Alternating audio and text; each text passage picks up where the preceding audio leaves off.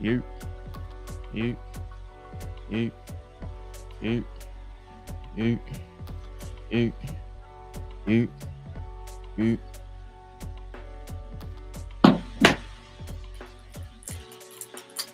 Yes, sir. Yes, sir. So, yes, sir. Yes, sir. So, yes, sir. So, yes, sir. So, yes, sir.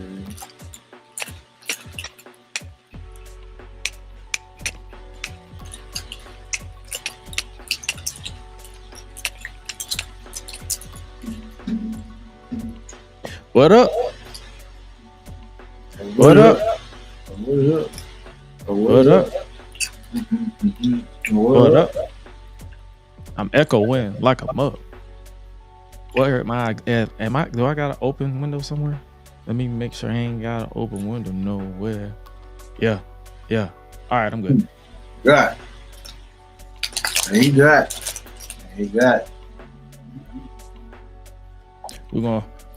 We're gonna wait till you get the snack on. Then we gonna go live and vibing and clash.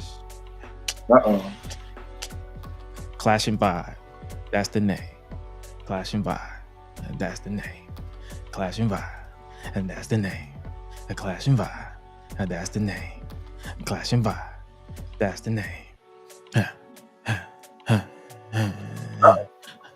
Hi-Lite look like Afro Man. Yeah. Afro Man. Man. You know? Afro Man. Clashing vibe. Well, I don't smoke, so I didn't get high.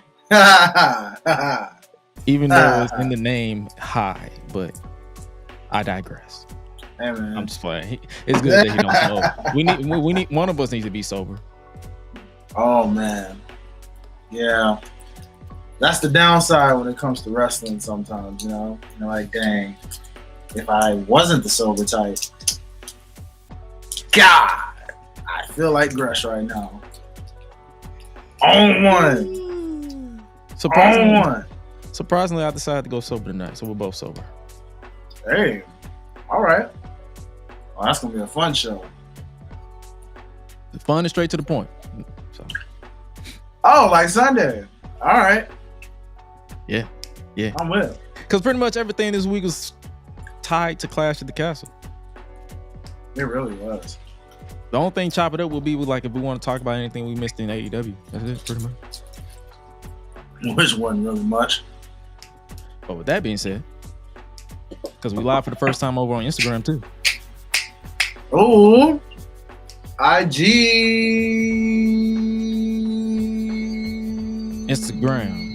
Instagram, which will be going under a name change because I'm tired of Josh Gresham RG. I ain't gonna hold you.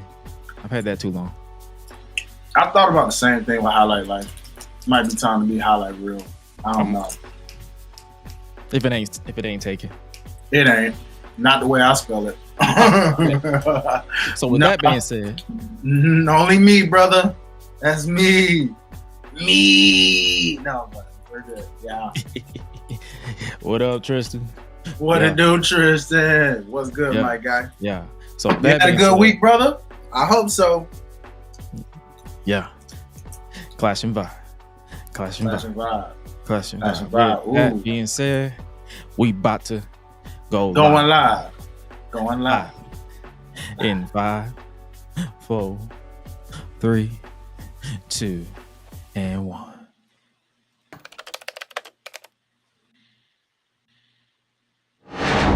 Oh yeah. Ladies and gentlemen, stand to your feet and make noise for Gresh Unleashed. Let's go! When the club go around here, I'm a cactus. Bang, bang, gang, I don't owe you jack. When I'm in the ring, it's just me and my best friends. OC cutting no slack. Hollywood Mills, you can put me on the A-list. Gresh Unleashed, better put it on your playlist. Me and my fam be ballin' like the Bruce. Fight night, baby, hard hitting like Sheamus. Family first, yes, bloodline business. Winning all the gold, look at how they witness. I was taught to be the greatest. 1,000 days I'm running, check out the book of Guinness. Coolin' with the baddies in the baddie section. Guarantee you they ain't jaded. Heal you baby face, I ain't feeling your gimmick. The fans think it's overrated. Brock Lesnar on the beast. Eat, sleep, flex, and repeat. Whole new swag with a price on the tag. Coming live from the west to the east. Better recognize on the mouthpiece. See the power level gotta increase. Bringing content on a daily. Feeling like Gresh Unleashed. Greetings and salutations, ladies and gentlemen, boys and girls, non-binary pals, baby mamas, baby daddies, and everybody in between. Welcome back to the GRESH UNLEASHED podcast. This is episode 74. Joining you as always is the voice that does the most to purvey up mischief, Gresh, in my white beater. I don't even want to call it that, my white tank top. And joining you and me, as always, is my main man, my right-hand man, my partner in them, Mr. Hi-Lite Real. What's good with your brother? What it do, ladies and gentlemen? It's your boy Hi-Lite Real. You already know what it is. We here, man. I hope everybody had a beautiful, beautiful weekend. Beautiful, beautiful, beautiful weekend. I know we did, for the most part. No. The weekend, oh yeah, because we what we do this weekend? We peeped Battleground this weekend, and we did a post show. We did a post show with Battleground. If you haven't already, make sure you guys chop it up and check it out. Is wherever you listen to your podcast. We pretty much talked about everything NXT Battleground. Wasn't the show that a lot of people hoped, but it wasn't necessarily bad either. But if you want some extra audio from yours truly, as well as Mr. Hi-Lite Real himself, you can go ahead and check that out wherever you listen to your podcast, YouTube, Facebook, Instagram, wherever you want to listen to us, because we're live now on Instagram. So if you are chopping it up with us over on Instagram, Josh Gresham RG, which will likely be changing this week. So if you guys are chopping it up with us over there, we appreciate you guys. We already over 200 deep right now across all streaming platforms. But yo, other than that, you muted yourself again, my brother. Come on, man. Oh, you getting some. You good. Okay, bet. You know, bet. You bet. But might as well go ahead and just get straight to the point, because for this week is mainly Clash at the Castle preview and predictions. But we like to start off as always and chop it up with the fam and talk about anything, all news and rumors this week. What we got going on this week? You got anything you want to talk about? None WWE related? Let's see, non-WWE related. Let's see if anything major. Well, I guess on a basketball tip, brother. Ain't looking good if you're from the city of Dallas right now, dog. Well, they 0-2 against Boston right now. Yeah, and it's looking bad. You know what I'm saying? Like mismatch type bad. Like they say a series doesn't start till you go to the other side. So if they lose in Dallas, if Dallas lose in Dallas, it's over. Like, yeah, it's a wrap. 2008 has officially made its comeback, if that's the case, ladies and gentlemen. That means, that was when I was a hardcore Celtics fan. Exactly. Ladies and gentlemen, that means you will hear the Kevin Garnett meme of anything is possible.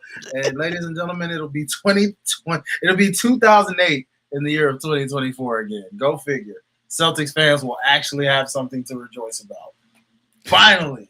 They won't have to relive glory years from 1 year. Now they can actually say, hey, you know what I'm saying? What's happening? What's up, everybody?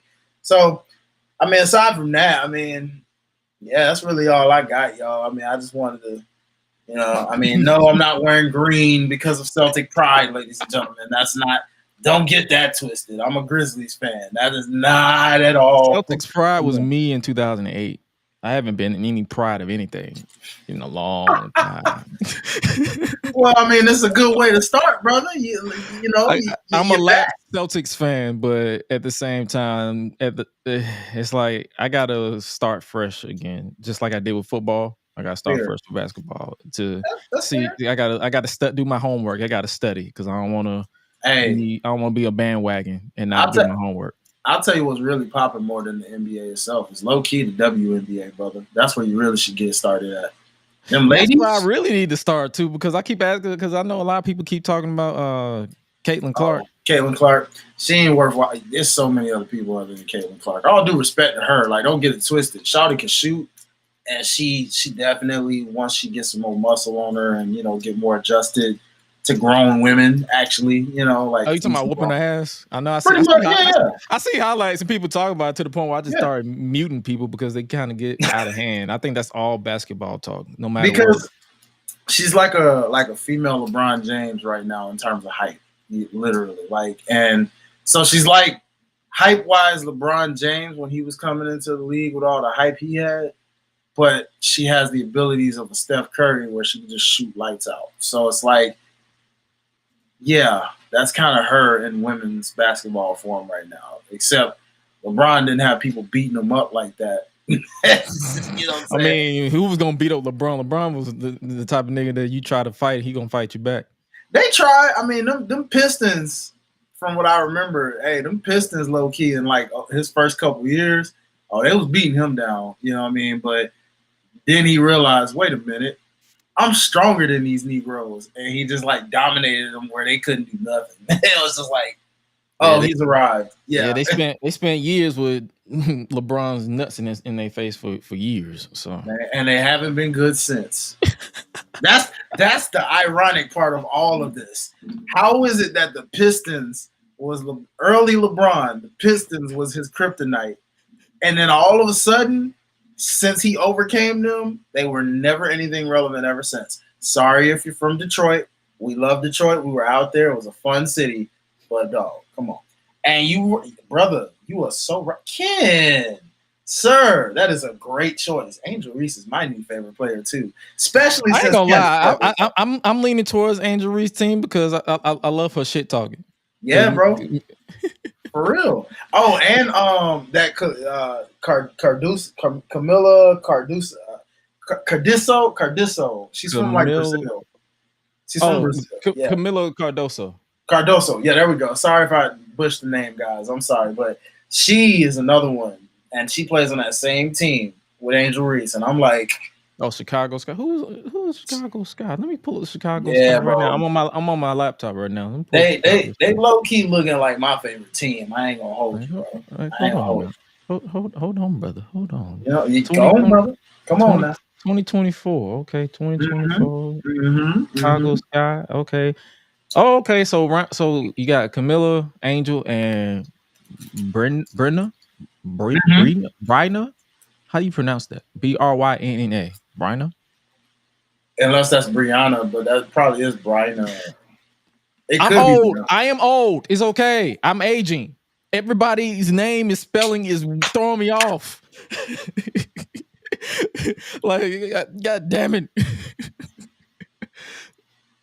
It's all good. It's all good. The roster, but this roster is kind of heat though. Like I said, I'm really gonna make sure this summer. Oh, so they only have like 2 people who was drafted. Everybody else was like a trade or signed. Okay. Yeah, this team specifically, I know they talk about Las Vegas's team because of Asia Wilson, and like she's clearly just killing it even now because they're the champions residing in this season. So okay, so it's Brianna. It's Brianna, but they spelled it like I thought so. Brenna. I knew I wasn't tripping. I was they spell it like Brenna, like Bryna. I'm like Brenna. I thought so, y'all. Even though I'm from the South, so everything sounds like it's spelled. Mm-hmm. So if it says Bryna, I'm gonna spell it. I'm gonna pronounce it Brenna. No, for real. I mean, I wanted to say it was Brianna, but I had to make sure I wasn't tripping because I'm still learning the WNBA myself, y'all. Like I've always known names, but now I'm actually getting into like watching. When did they come on? Pretty much every other day. Just like the NBA, they usually have games every day. It's just their season's usually shorter than the men's. Is it morning? Oh no. They're nights like the guys. Okay. Yeah. So you can catch them in the nights. No. The only time you catch basketball that early, bro, is when the Olympics is on. That is different because they're overseas and they're in like Russia and all those different countries where you kind of catch it at midnight or 2 It sounds like her name is missing an apostrophe. Yep, I told you. It probably, well, hey, them black folks don't always, you know how we do. You know, we always got. Where's she from? Oh, she from Portland. Makes sense. Yeah, Makes that sense. does make sense. Yeah, you're Makes right. sense. Makes sense. Yeah. So, hey, dog. The point being is that we definitely, you and me both, should do our research more on the WNBA because it's apparently on fire right now, and I love hearing that for the ladies. So, because the NBA is cool too. It's doing its thing, but the ladies, man, are really starting to like. Oh, so I see what you're talking about. It's because I'm literally doing my research right now. Yeah. So the duration is May 14th to September 19th. Yes. That's their league. I mean, that's their season. Yeah. Man, that's short. The fuck? Yeah. Now you see why they weren't getting paid as much as the men, because like their seasons are shorter. I feel like with everybody's interest in this game, this season could do wonders to where they're probably going to start getting paid more, and they should. Yeah, and that's why Caitlin Clark's catching all that flack, because they're saying like, how is it this girl that just came into the league, all of a sudden, we're getting charter flights, we're getting more pay, all this stuff because of her, but you want to give her credit for the WNBA when there were people well before her building this. So I understand both sides. You know what I mean? I'm in the middle of all the arguments. Like I'm looking at it, I'm reading both sides. Like I pay attention to online discourse. I'm reading both sides, and I'm like, I understand this side and I understand this side. You lose me when you start insulting people. Now that's true. That's when you lose me. I'll be like, all right, yeah, y'all got it. Y'all getting too personal now. Yeah, we can't insult. We can't talk about people's kids. And it's funny because that's exactly how the wrestling world is, which is a great transition, if I do say so myself. Because aren't we not like that? It's amazing that it's not just wrestling fans. It's like every time I get on social media in general, no matter the sport, the genre, the entertainment, everybody is stupid in some way, shape, or form. Everybody is an asshole or a dumbass. There's no in between. There's no middle ground. Everybody is wow. And the funniest part is there's no lie detected in what you just said. And the way you look in saying that proves the point. It's literally that case, bro. It's like everywhere. Bro, nobody is escaping the dumbass allegations. Nowhere. And nobody.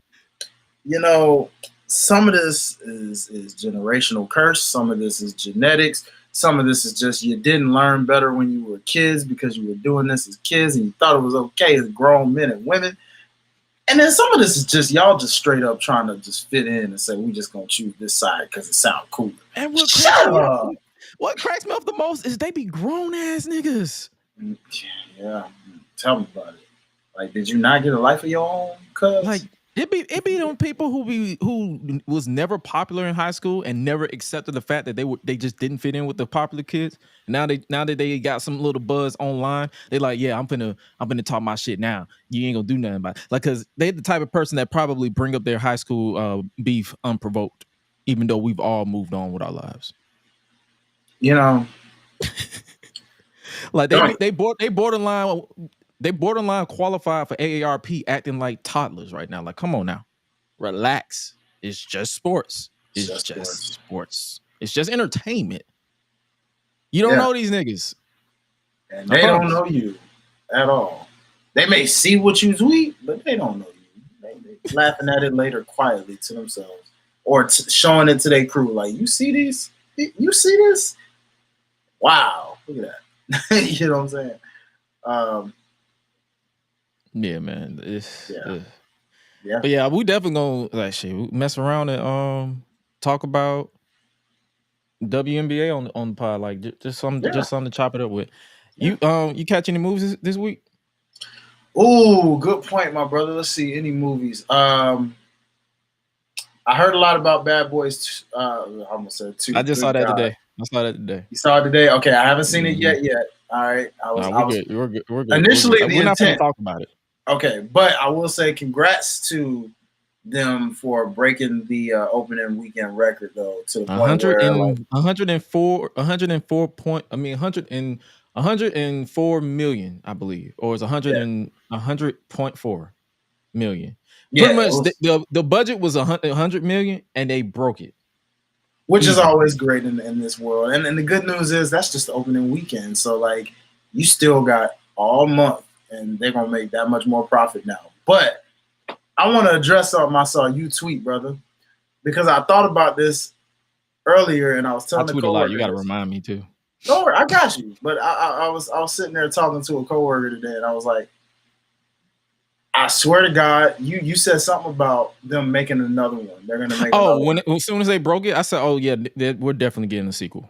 And I said, and this is what when I thought about that tweet today, talking to my coworker, I said, I swear on everything, if they make another Bad Boys, at this point, it is Fast and Furious. If they do this, you better not make another one. No, leave it. Listen, what's the thing we always tell these wrestlers when they don't know when to enough, quit? go home. Listen, Martin Lawrence, you legend. We love you. Will Smith, you legend. You kind of did some stuff when you slapped Chris Rock, but you bounced back with this movie. So I'm glad you're back in the field and doing your thing. But listen, brothers, enough is enough. Go home. Y'all got Fresh Prince. Y'all got Martin. Y'all got all these other catalogs worth of movies that have lasted to the test of time. Don't you dare make another Bad Boys after this one. I don't care how well it does. 4 is your number of completion. Don't you go to a 5th, because if you do that, you are Fast and the Furious and beyond. Don't you do that mess. Listen. Don't do it. Don't do it. If we got to sit through another bullshit Fast and Furious movie, do it. Do it. Like, you're encouraging this? Brother. I mean, I love that chemistry. Don't get it twisted. But come on now. I'm just saying, I'm not encouraging it, but I said it would not shock me if there is another one. Okay. All right. That's basically what my tweet implied. It would not shock me. Okay. And you're right. But hear me out on this, because it's already, listen, they're 4 in. There's already rumors, if I'm not mistaken, about a Rush Hour 4, okay? Let me tell you something. Rush Hour 4? Yes, you heard it.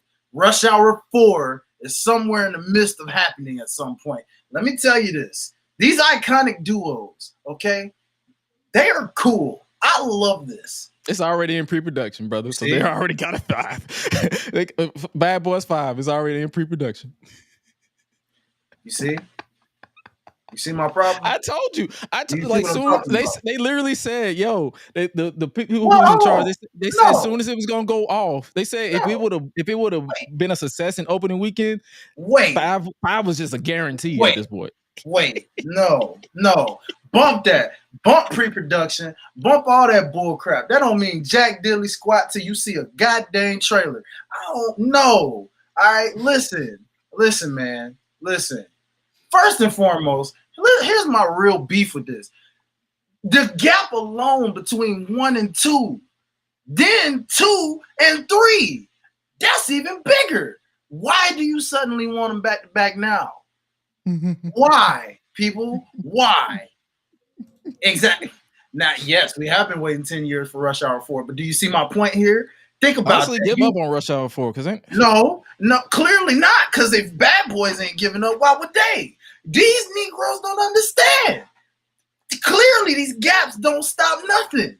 So what I'm saying is, Fast and the Furious even had a few gaps in between before they started doing them back to back. So why are we doing this now? No, leave it alone. You guys y'all ain't gonna be satisfied.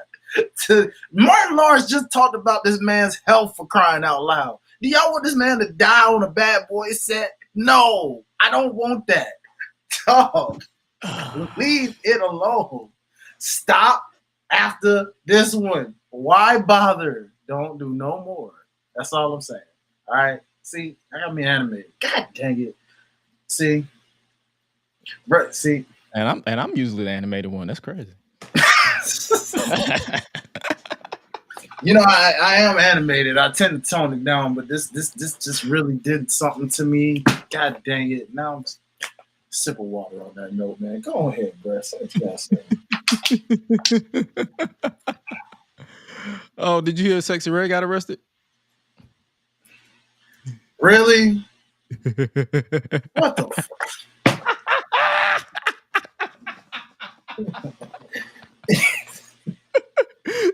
Yeah, she got arrested. But she got arrested before Battleground at an airport. What the hell? What? Doing So what? So, according to TMZ, Red, along with several others, were involved in the physical brawl at the respective airport on early Saturday morning. So it was Saturday before, the day before Battleground, and they TMZ released footage. They released security footage with Red, where she could see she was grasping a metal stand, like she was, them little stands that they be having to block off for lines. She literally picked it up, scooped it up, and just started throwing it at people. Like she was pulled away towards, like it was a whole thing. I saw the footage. I was like, "Yo, listen." So the Boondocks prophecy has come fulfilled. Listen, man, you have to understand. People don't understand this. Sexyy Red just restored the feeling of real wrestling is back. You got in trouble with the law one day and right back for your booking the next day.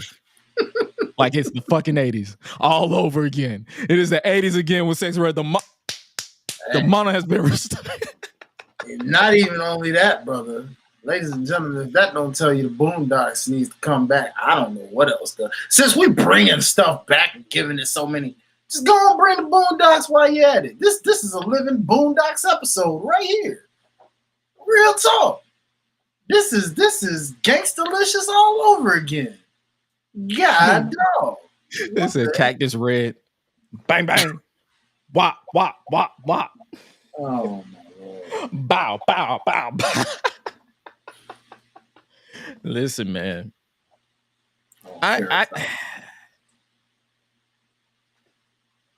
This is what you get.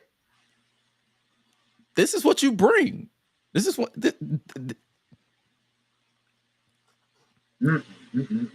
Ba ba da da da da ba ba ba ba. Like. Oh jeez. Oh, I just saw Lala's coming. She like coming in. Oh, you was disparaging Bad Boys, so she was like, send me the link. She was about to debate you about it. What you mean blasphemous, bro? Hold on now. It ain't blasphemous, it's the truth. Why? Why y'all want these? Martin Lawrence is literally on health issues, brother. Man admitted it himself. Why? Why do that to yourself, man? Come on. I'm not gonna go there. She's oh. Dang, homie. Why I gotta be all that? Well, yeah. I guess she's adopted to the family then. Y'all think age? Did you see Shawn Michaels twerk with Sexyy Red? No, and I don't want to see him stretching with Sexyy Red. Nope. No. You are not a boy anymore, son. Stop. This is not the 80s, sir. No. You are not that Sean anymore, remember? Oh, I'm just a sexy boy. Sexy boy.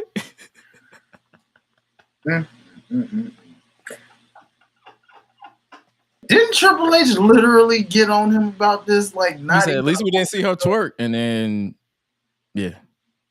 No, at least we didn't see him twerk. He was clowning Sean. I was all like, oh, boy. And it was the stiffest twerk I ever seen in my life. Oh, I believe it. That man ain't got no back. Of course it's going to be stiff.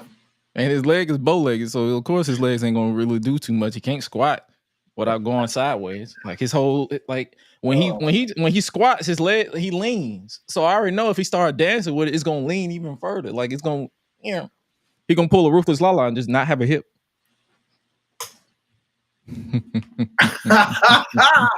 Why you? I ain't say it, sis. I didn't say that. I didn't say it. That was you know who to come at. What's that Kendrick line from Euphoria about Sexyy Red? Oh yeah, well, yeah. At this point, got that right. Yeah. Dang, homie. Actually, now I think about it, Drake has of late been saying some stuff too. Apparently, he removed all of his Kendrick disses. Like, dang, bro. Really?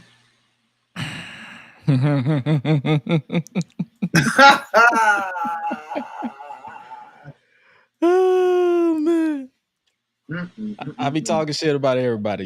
Y'all will live.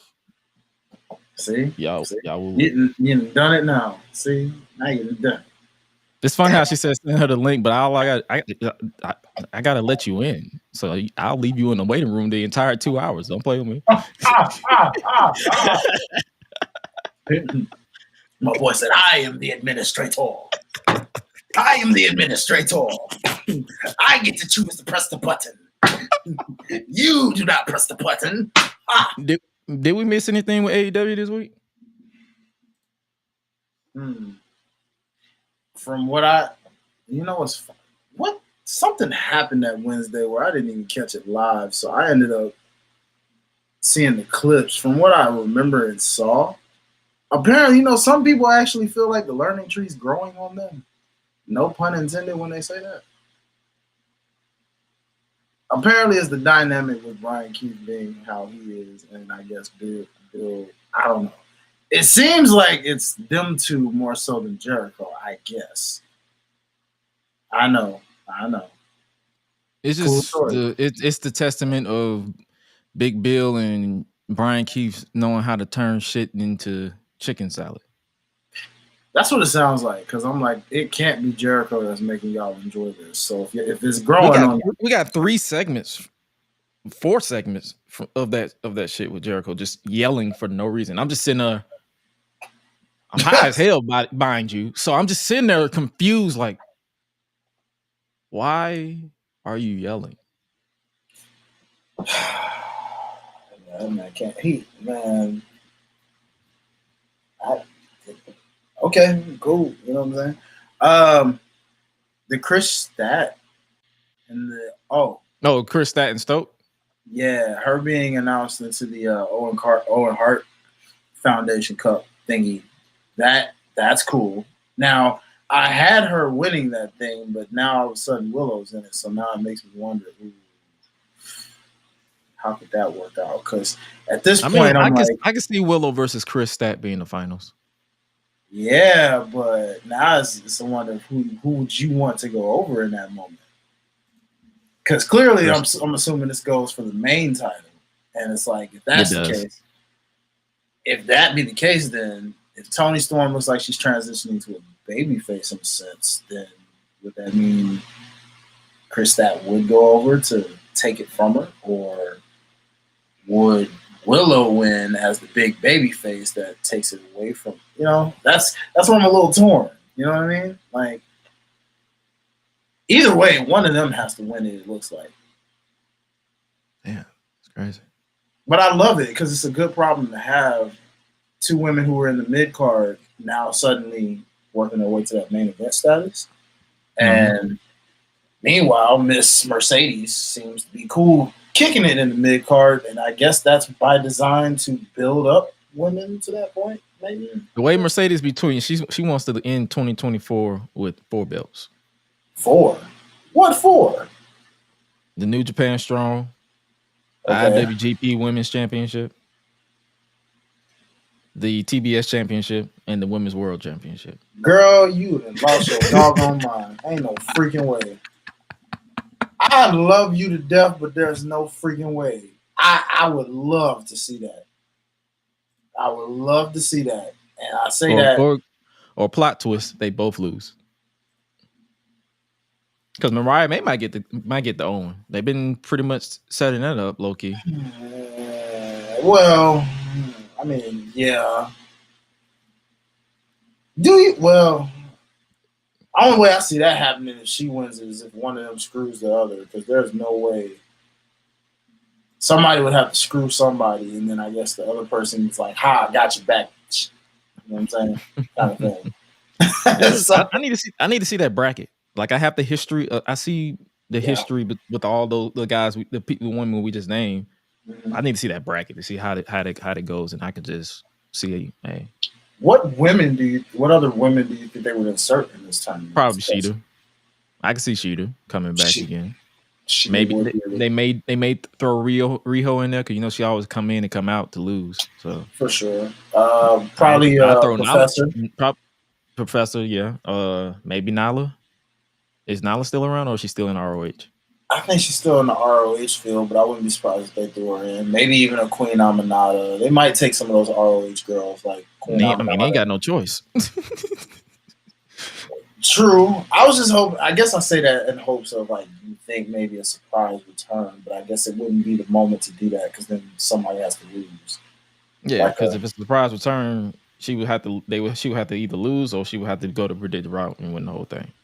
Yeah, because I'm thinking like, what if it's Britt Baker, Jamie Hayter? You know, one of those you throw in there, and it's like, oh, there's a pleasant surprise. But it's a good problem, though. I like where they're going with this. The men's, on the other hand, leads me to wonder, who are they setting up for that one?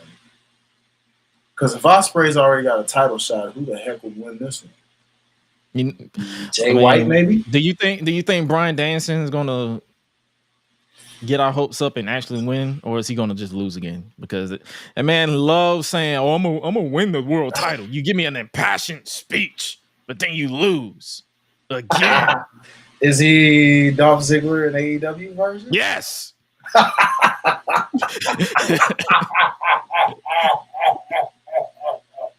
Okay, all right. Well, if he's the Dolph Ziggler of AEW right now, then no, he won't. Somebody will defeat him. And a shame.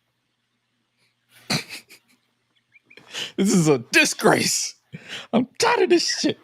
You I know, always get my hopes up. He teased going after the world title with MJF. He lost. He teased going after the world title. What other world title? Who else was world champion? He teased somebody before MJF. It was somebody else. Was it Hangman? It was Hangman. Yeah. And it was Hangman before MJF. Yeah. I understand. The future needs to be put over. Fuck that. I don't care. I mean, you are one of the best, if not the best in the world, sir. So I'm hyping. We sitting here hyping you up as the best in the world. You keep losing. Come on, man. At least win the TNT title or something. No, I don't want no title, mother.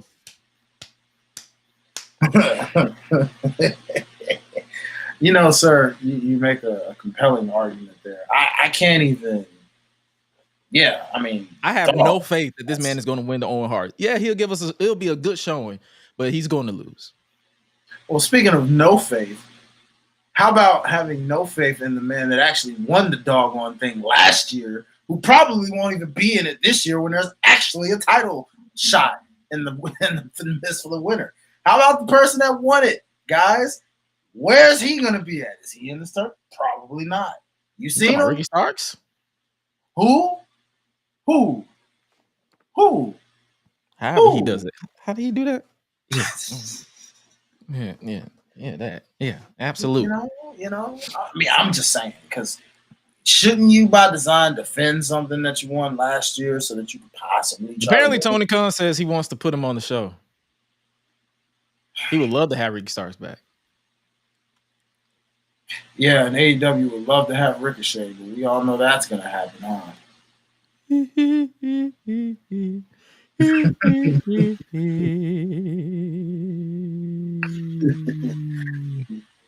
definitely talk about that in a few seconds. But yeah, I'm intrigued to see what they're gonna do with the Owen Hart tournament. What else we got to talk about for AEW before we let this invader into this chat to debunk you? That means he's gonna press the unleashed button. He's breaking the glass.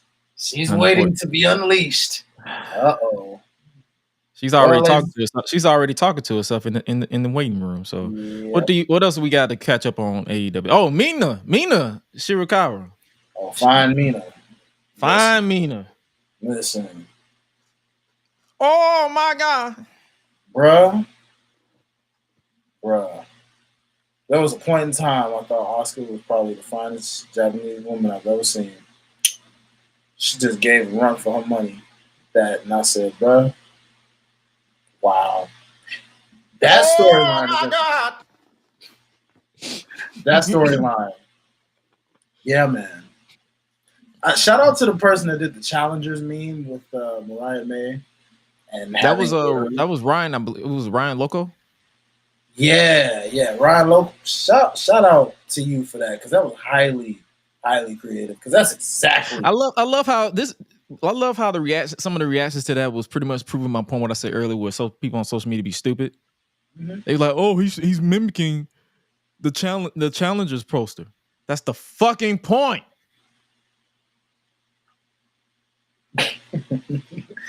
Clearly, they don't pay attention, but it's all right, you know. Auntie Oscar, the fuck? I know why you're saying that, Tristan. It's her age, you know what I'm saying? And she is. No, don't get it twisted. She very much still is. I hate it when people say auntie though. Like, oh, I thought he was just trying. I'm like, huh? Because she don't look her age, but when you realize, like, oh dang, you know what I'm saying? Like, she is that age. Like, wow, that's crazy. You know what I'm saying? Oh, Beast over on Twitch asked the question. It'd be good for us for our socials. Here's an interesting AEW question: is Sammy G still able to be called a pillar, and if not, who is his replacement? Great question. So we're not going to answer that now. We're going to say that for social media, or we're going to, we'll save it now. I'm just saying, like, this would be a nice clip for our socials. All right. I like that. So to ask the question again, is Sammy Guevara, for those of you who don't know who Sammy G is, still able to be called a pillar, and if not, who is his replacement? I'll let you start that one. You got the floor on that first, brother. I would probably, to be honest with you, damn, that's a good question. Who is his replacement? Honestly, can we replace him with a woman? Might as well, because at this point, a pillar's a pillar. It don't have to have Tony Storm. She's been killing with this timeless Tony Storm stuff. Like, if you look at her backstage promos, she's carrying the interest in the division. Timeless Tony Storm, and honestly, if I want to put it like a dark horse, if I want to expand, if I want to bump her down and expand for real pillar, Athena. If you want to include ROH. You know what, sir? You know what? Yes. Okay. I see your pillar. Sammy G is not a pillar. Let's just that nigga keeps getting suspended. Just push him that way. He no longer exists. He's vanished into the nether realm. But you know what? I see your pillar idea, and you know what? Bump it. All due respect to the men of AEW. At this point, I'm willing to raise that. I say your 4 pillars, low key. Now, here's the only pushback I would have on Tony and, the only pushback I would have on Tony and the other that you mentioned. I just said Athena because I wanted to extend for sure the ROH part, but my definite answer is Tony. I actually raised that. I will a second guess will be for Willow too. Well, that's where I was going. I actually give that to Chris Stat and Willow personally, because both of them are homegrown within the AEW brand. Yeah. And based off the fact that now that they've kind of been on opposite ends of feuding right now, the Chris Stat I saw that destroyed Robin Renegade, I said, now that's the Chris Stat you were supposed to have that beat Jade twice. That's the Chris Stat I'm supposed to see. Now she's finding herself, for real. This heel Chris Stat is just getting started. And based off what she's got with Stokely, that's what I was waiting for. And now that it's showing, that's your pillar right there. But then Willow, biggest babyface, in a Bailey and kind of way, right? Now all of a sudden, there's your other pillar rising, and they're both original. And the whole point of the 4 pillars initially was, these are your AEW originals, right? The MJFs, the Darby Allins, the Sammy G, who clearly broke that pillar down. And, Who was that other one? Jungle Jackman? Yeah, Jackman, right? Jungle Jack, yeah. Jury's still out on that guy right now. We'll see. You know, I know Scapegoat's doing his thing. We'll see. But I put OC up there. Orange Cassidy, yeah, no, I've always said that with Orange Cassidy for sure. So I agree with that one. But it seemed like the ladies low key, and see, that's what I'm saying. Like, you're right, because that was my pushback. Just because Toni Storm did come, but you can make an argument. Though she didn't come, she's not come day one. She's keeping interest.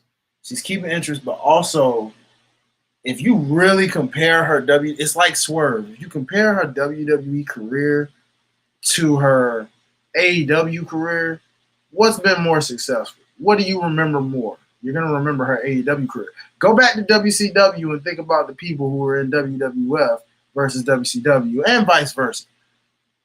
Even if a WWF guy wasn't a WCW original, if he was more over in WWF, clearly you're going to remember. Chris Jericho, you remember from WWF, not really WCW, but you may remember him in WCW if you're a hardcore Jericho fan. Mm-hmm. But if you're like a casual, you're going to remember him more from when he entered WWF in that year 2000 way he debuted. 99. So, might as well have been 2000. It was basically August. So it was like in the middle. In the middle. Well, you know how they did. I mean, but he didn't really do anything until 2000. So yeah, you can say that. Per se, yeah, give or take. So give or take. I say that to say that if you look at it this way, then technically my guy Josh is not wrong in what he's saying, because right now Toni Storm is Roman Reigns in that thing, where she is, because of that character alone, becoming a pillar for that company, to where now, like I said, if you insert the women, low-key, the women are kind of taking over this pillar role. Because, and here's another case to actually add to what I'm saying about what Josh is saying. Sorry, Gresh. You can say my name, brother. We in character, so it's Gresh in this moment. There's no character here, brother. You know, Gresh is Josh. Josh is Gresh. It's cool. I don't lose sleep over that. You know, but look, no, but here's the thing. Here's the thing. Hear me out though. To really even add to your case on that. Yeah. Mercedes so far has not lived up yet, and her WWE career seems to outweigh her AEW career. Still, I mean, it just started. That's probably why. And they ain't really been. I think it was more so if her injury wasn't like her mental, because you know there's physical recovery, but then you got the mental. If it wasn't that, I feel like she probably would have had her in-ring debut way before Double or Nothing. No, true. I agree. But if we're going off right now, it's still she gotta. I feel like we gotta revisit her in like 6 months. In 6 months, right? So maybe now from 6 months from Double or Nothing, not 6 months from her debut, because her debut. Facts. No, we talking about from Double or Nothing to whatever 6 months later. Facts. So that's why I make the case for women. But in the case of the men, yes, you still. I mean, if you compare the original three, I guess you could replace Sammy G with OC if you wanted. I always thought of him as a pillar person anyway, but for some reason people were like, he's not a pillar, and I'm like, I don't know how. He's been over since he's been there, but neither here nor there, right? Personally, I feel like the women are carrying that thing more than anything right now. And if they get one more woman that matches what Chris Stat, Willow, and Toni Storm, and it could be Mariah May. She could be that fourth one. We will see. I feel like the women rotates. That's the thing about it, because it's like a section of women that just rotates, that carries the interest. Agreed. So you got your Tonys, you got your Willow, you got your Mariah May, you got your Chris Stat day one. Mm-hmm.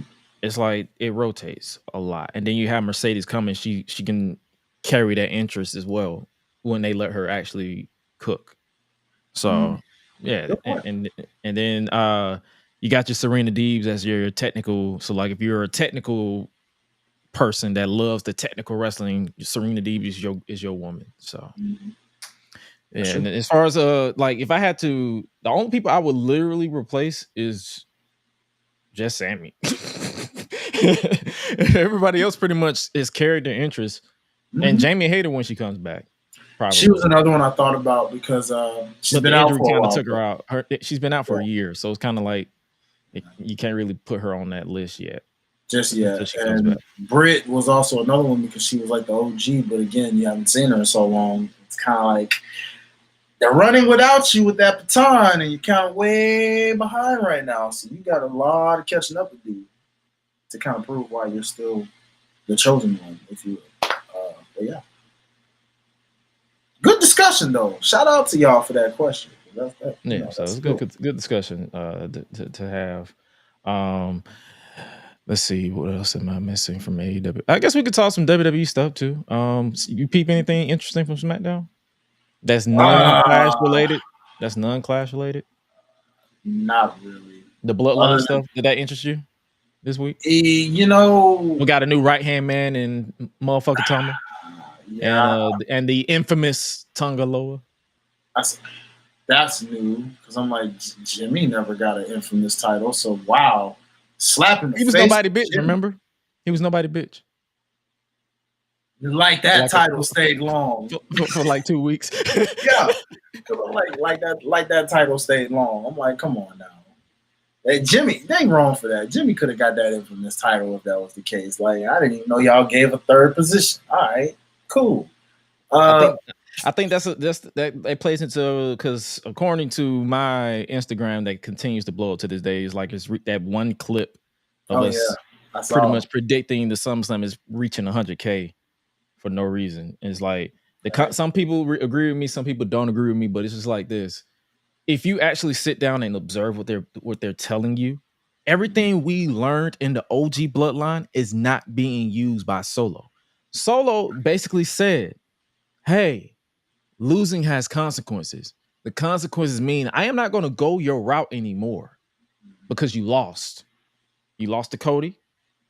You lost to Jay, being Jimmy. So I'm not going to go your route anymore. Yeah.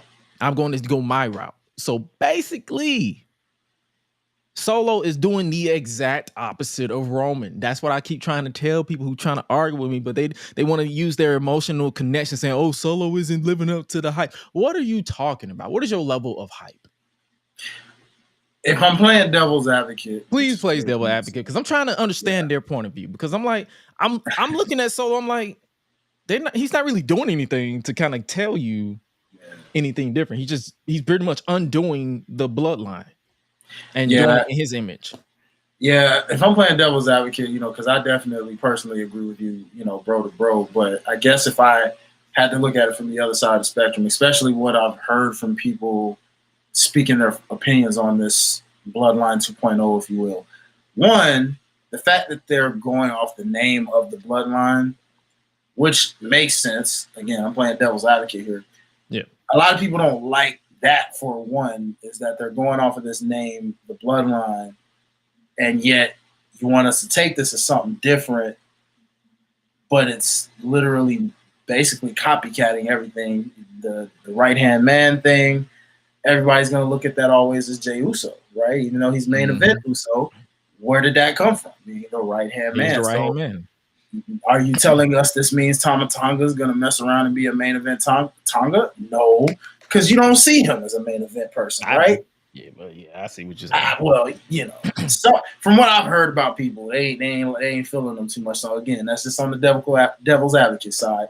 But then also, people ain't liking the fact that, granted, this I disagreed with because they were like, oh, you got them coming out in suits. I'm like, first off, Roman never came out in suits, people, ever. Ever. So that's a whole different thing. The one time you saw him in a suit was on interviews or the Hall of Fame. Yep, pretty much. Pretty much. You never. That man was out there in the freshest J's or whatever shoes he spent money on, and whatever slogan he came up with. Went from wreck everyone and leave to show up and win, to acknowledge me, to head of the table, to acknowledge the bloodline, to the bloodline with the mafia looking fit. Like, that man never wore a suit. He wore a tracksuit. Well, you want to say suit? Hey, no, it's funny you say that. The Mafia looking picture actually did kind of crop him in a suit. So there you go. Even though it wasn't him in a suit, it was like that was a bad crop job. Like let's keep it a buck. It really was. As iconic as the shirt itself is, that's a bad crop job, people. But that's neither here nor there. Going back to our point here, bro, without going too far. I see the pushback, I get it. Like, you guys are looking at it as, man, it seems copycat. Like, it feels like he's trying to be something he's not, even though he may be the opposite of it. It still is just like, here's a guy who was silent for the original OG bloodline. Oh, and then they don't look as tough as Paul Heyman makes them sound, too, because when you're kind of sort of running away a lot from the Kevin Owenses and Street Profits of the world, Ken say you cracked the code for MFT, main event Tama.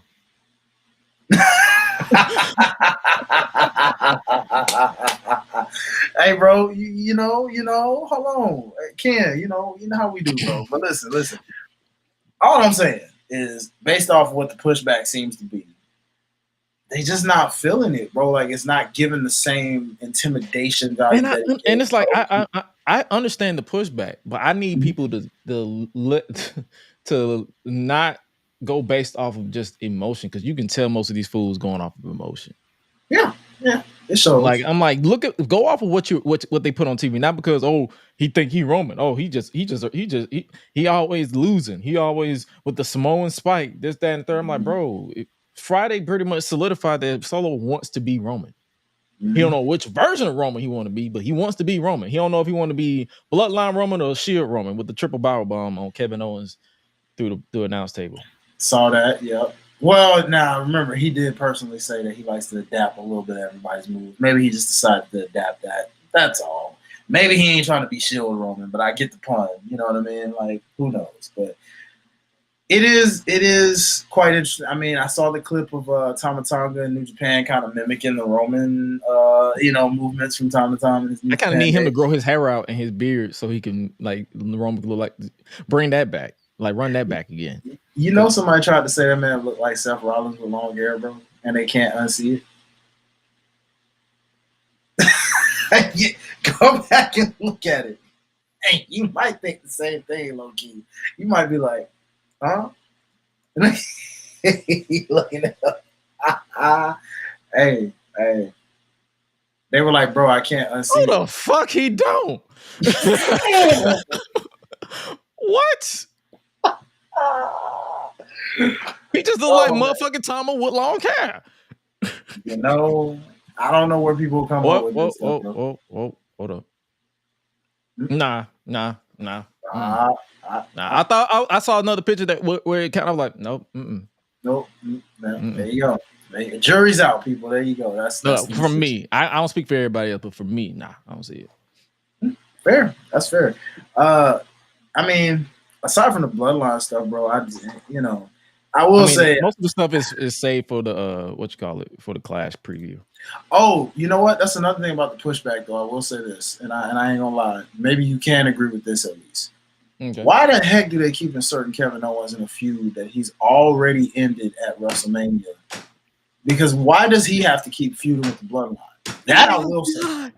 I am tired of seeing Kevin Owens versus any carnation of the bloodline. Like, bro, me too, bro. We've been seeing that since what, 2020? No, 2016. Well, yeah, you're right. 2016. When he was the heel and Roman was the babyface. Yeah. Oh, yeah. I try not to count that since that wasn't the bloodline version. I counted because because brother, that was the fuel to the trifecta of Royal Rumble matches that Roman and Kevin Owens had. 2017, 2020, 2021. Fair point. Or was it 2021? No, 2021, because he came back in 2020. Yeah, 2021. So 2017, 2021, and 2023. Wow. Bro. The interesting one was the last man standing one because it was during the Thunderdome and they were just using everything. And he couldn't get up. And he couldn't get up with the handcuffs. Like, brother, you put the handcuffs upside down so you can't. So it was awkward. But yeah. And, that's if you look at your tribute package, Kevin Owens is beefing with the Bloodline in that package where he was throwing off the LEDs and through the tables. Yeah, that's true. Yeah, all I say is, I mean, I can understand that pushback for sure. You know, like I don't blame y'all for being sick of the Kevin Owens thing, and they're saying the Street Profits is just random because you're like, weren't you guys with Bobby Lashley? We know he's hurt, but why are y'all just randomly deciding to side with Kevin Owens and feud against these people because you have nothing else to do? Basically, they still don't even have a name. Well, no, they do. They called them the Pride, but they kind of stopped calling them because Bobby got hurt. So now they're back to being the Street Profits with BFAT. With BFAT, yeah. Go figure. Which is no different than a hit row if you think about it. But hey, whatever. Just saying. Just saying. But yeah, I guess we can let this woman to talk to you, so we can. Yeah. Oh, me. What you want, woman?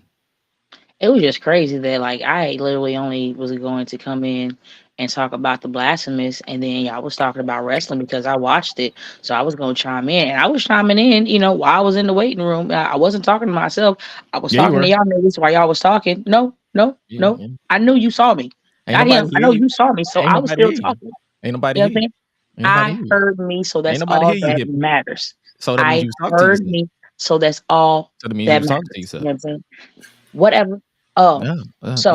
Like, it's just crazy. Like, I had no animosity towards you, and then you start talking shit. Like, that's just like so bonkers, Josh. So fucking crazy to me.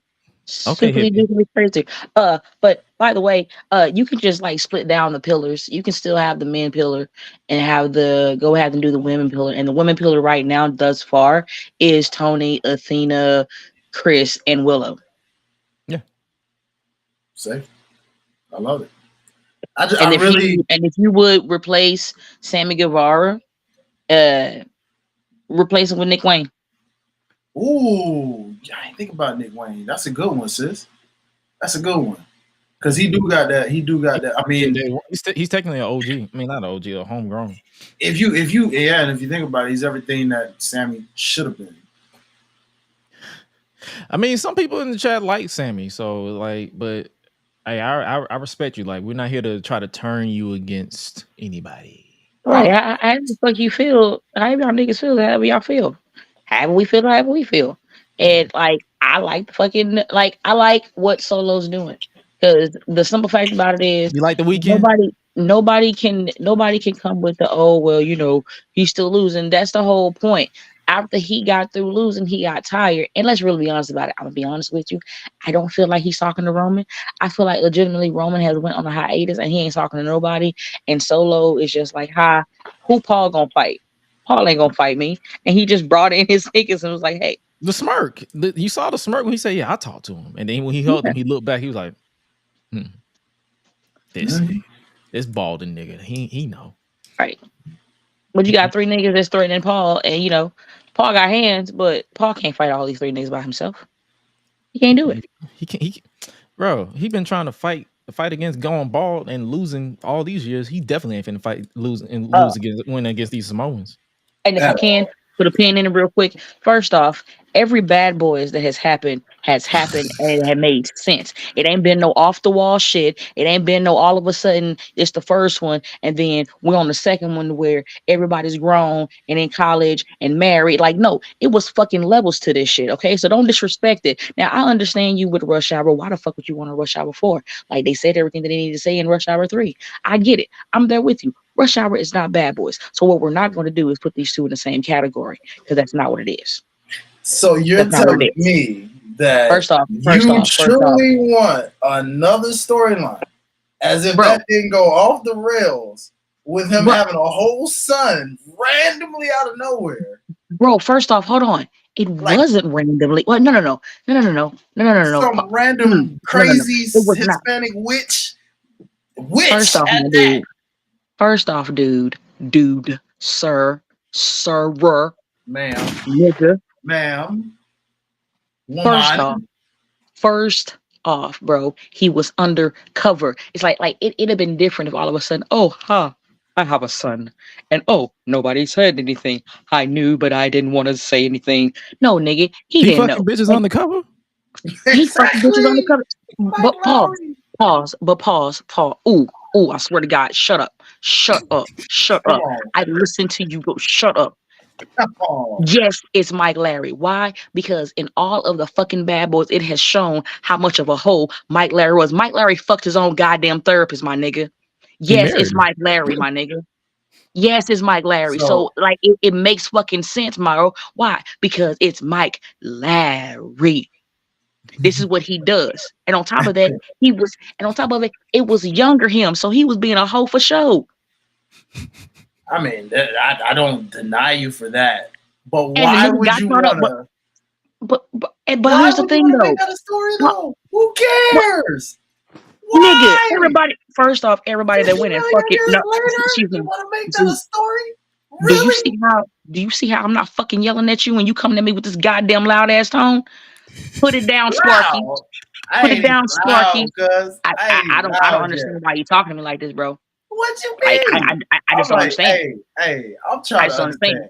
I'm just trying to get justification on and guess why what? you think If you would shut up and let me install it. And you know what's so great about that? If you would shut what they call the fuck up, I could actually explain everything. But I'm still trying to wait for a point that I like. But here's the point, though. I can't say anything, motherfucker, to give you anything to respond off of if I get ready to start talking and you open your motherfucking mouth. I have a plethora. No, there's a whole bunch of shit that I can say. But every time I get started, you come in with the, I can't get it. But what I'm saying is, so like, don't make it seem like it back. Jesus he started Christ. it. He started it. I started it. Damn. Wait a minute now. You have the first one, the Send me the second one, link. the third one, and the fourth one. Yes, because you was talking horrible, and you had the audacity to put Bad Boys with Rush Hour. Of course. Rush Hour. Because it's Rush two Hour. old No. ninjas that's already doing their thing, bro. Like, look, give it to another generation if you're going to do it. If anything. First off, I do not want to see. Next generation. Easy. No, and that is. You can find two people with the same chemistry as Martin and Will Smith. Trust me. No, and it won't be the fucking same. Stop that shit. Stop like that. It would have right been the same as the two white boys that was originally supposed to do this. Look, but you it wasn't no sequel. Enough. It was not no sequel though. It was not no other people playing the people that they should have played. It was everybody. Now, if you want to talk about something that shouldn't have been a sequel, Coming to America shouldn't have been a motherfucking sequel because them niggas was old as fuck trying to move around, my nigga. Okay, so if we're gonna talk about it, we can talk about it. But that shit was old because of COVID, my nigga. They was already trying to make that shit in the beginning. Okay, we do not talk about Coming to America. Yes, we do because I knew how you felt when you watched it. I was there when you watched it. She got me. I laughed. I ain't never. I fell asleep on that one. So you got me. I laughed. God. Look, it took me forever to see the first Coming to America, yet alone try to watch the second. So y'all got me on that one. Hey, I give it to you, sis. They said Coming to America, they should have stayed their asses at home. Look. After COVID came back, they should have been like, you know what, guys? Let's just do a Zoom meeting and just, have a reunion and meet everybody. Like, hey, you look great. How's COVID treating you? All right. I'm fat. It's okay. Fair. That's fair. Then Eddie Murphy wants to do Beverly Hills Cop, which I also didn't get into because I forgot. So and you know what? I would agree with you on that one. You feel me? After the third one, there was no reason to see Axel Foley no more. Fair, very true. Especially a fat one at that. Well, a chubby one, I guess. I mean, he's old. He old. Yeah. I ain't gonna say fat, but you know what I mean. Yeah. An older Eddie Murphy playing Axel Foley just ain't it. And while we at it, do not talk about Shawn Michaels twerking with Sexyy Red when your ass over here be condoning the way Mercedes be doing the goddamn shit that she be doing, my nigga. I don't want to hear it. I don't want to hear it, sir. Have you not known me? uh, I'm the one that said she need to stop fucking dancing and wrestle. What the fuck are you talking about? No, when he was talking That about was Sean, slow. when he was talking about Sean twerking earlier, fool, it was him. It was me, but I ain't never just glorified Mercedes as twerking like that. When have you ever heard me glorify her twerking? Did I not? You ain't never do the dance. You ain't do the dance. You ain't do the CEO dance. Hell no. No, he never did it. Mm-mm. No, you've never Okay, seen me do that. Okay, cool. I saw what you did there. I rapped with her, but I ain't never done that. You got me mistaken with Will Ospreay. That fool, that guy. He tried to do it, and I was just like, okay, now hold up, bro. He did it better than she did, though. He was like, ha ha ha ha. Come in, bring it back. He had the bullet points. He had the ha here. Josh's face is saying cap. Here. Josh's face is saying cap, sis. I see his face saying cap. Yo. After watching what this nigga did to Beef last night, bro, I don't care what facial expression this nigga made, bro. Like, I've been on that high all day, bro. I can't tell you how many times I done watched that goddamn video. Fuck it. It don't even matter. I gotta go back and watch that. I apologize. I tried to be in the chat. I was at a concert last night, y'all working. I was like, man, I forgot. It was the greatest thing ever, son. Like, bro, I'm gonna go back and watch that. I'm gonna watch it. I'm gonna go back and watch it. My stomach hurt. Like when my phone died and my stomach hurt. And like I was laughing because like we were still laughing after the show ended. And like I thought I plugged up my phone, but I didn't. And I was talking and I was like, hi, and they said, dude, I was like, son of a bitch. So like hey, that's what the moments is all about, though. When somebody make you laugh that hard, you feel me? That's what siblings is for. You feel me? So hey, I hope y'all got a good enjoyment out of all of this chat, cause y'all ninjas, I see the laughing emojis. Yeah, I see. Like, hopefully, like that's the beauty about us this week. We chopping it up more than we doing anything else because it's mainly Clash stuff. But yeah. Hopefully you guys enjoyed that. Seeing as we've reached the hour mark, it's time for us to transition to, let's see what we got first on the chopping block, and that is Clash at the Castle. Oh, yes. All right. You're here for the predictions. You might as well. For those of you who are trying to keep up with our, I guess you could say predictions, I won by 0.5 point for the Battleground because my fail safe was Kalani Jordan. I picked Lash Legend. Oh, what did you pick Last Legend? No, you did. You picked her. I picked Nietzsche. You picked Mia, and I picked Last Legend. But then I was like, my fail safe would be Kalani because it was one of the two. Because at the end of the day, I was voting for everybody black. Fact, me too. So and everybody that we voted, everybody we picked was black. So yeah, it was an 80% chance. So we won either way. Still don't know this. A lot of people still don't know Sol Ruka's black. I don't know how, bro. Literally, she's shown her father, bro. Literally, he's right there, dreads and all. These niggas don't pay attention. It's okay. It's cool. They trying to figure it out. It's like I don't understand how she is, but we gonna get the research goings downs and tries to find out where her ancestry comes from of why she's a Negro. Well, I hope since they doing the same thing with Kiana James, because guess what? She black too. So if you didn't know that, I'm gonna say this right now. She looks like she's mixed off the rip. She's black and something. But I'm gonna say this now. The fact that her and Carmella are together, bro, it looks weird. Like they don't look like a couple. They look more like brother and sister. Like they did the TikTok together, and it was weird. The look on Josh's face.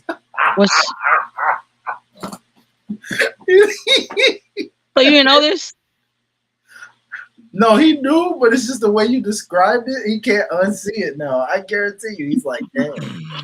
Like, I can't unsee that. You just gave him a visual. He's not going to unsee now. I'm sorry, but like I saw it and I was just like, that's weird. And that's funny because they are literally like the same complexion, bro. Beast. Kiana James is mixed. Kalani is also mixed. They got the names right. It's okay. Yo, I'm telling you, bro. Like We'll definitely talk about NXT in a little bit, but we're gonna for the next. We're gonna pretty much preview Clash and all that good stuff for this upcoming weekend because it's actually going down this weekend, like Saturday. Can you help me? Saturday at 2 p.m. Back-to-back pay-per-views, bro. Yeah, help me. But I'm kind of cool with the ones that are on like the weekend. I mean, on like early in the afternoon. Yes. As opposed to fucking having us to sit through 12-hour pay-per-views.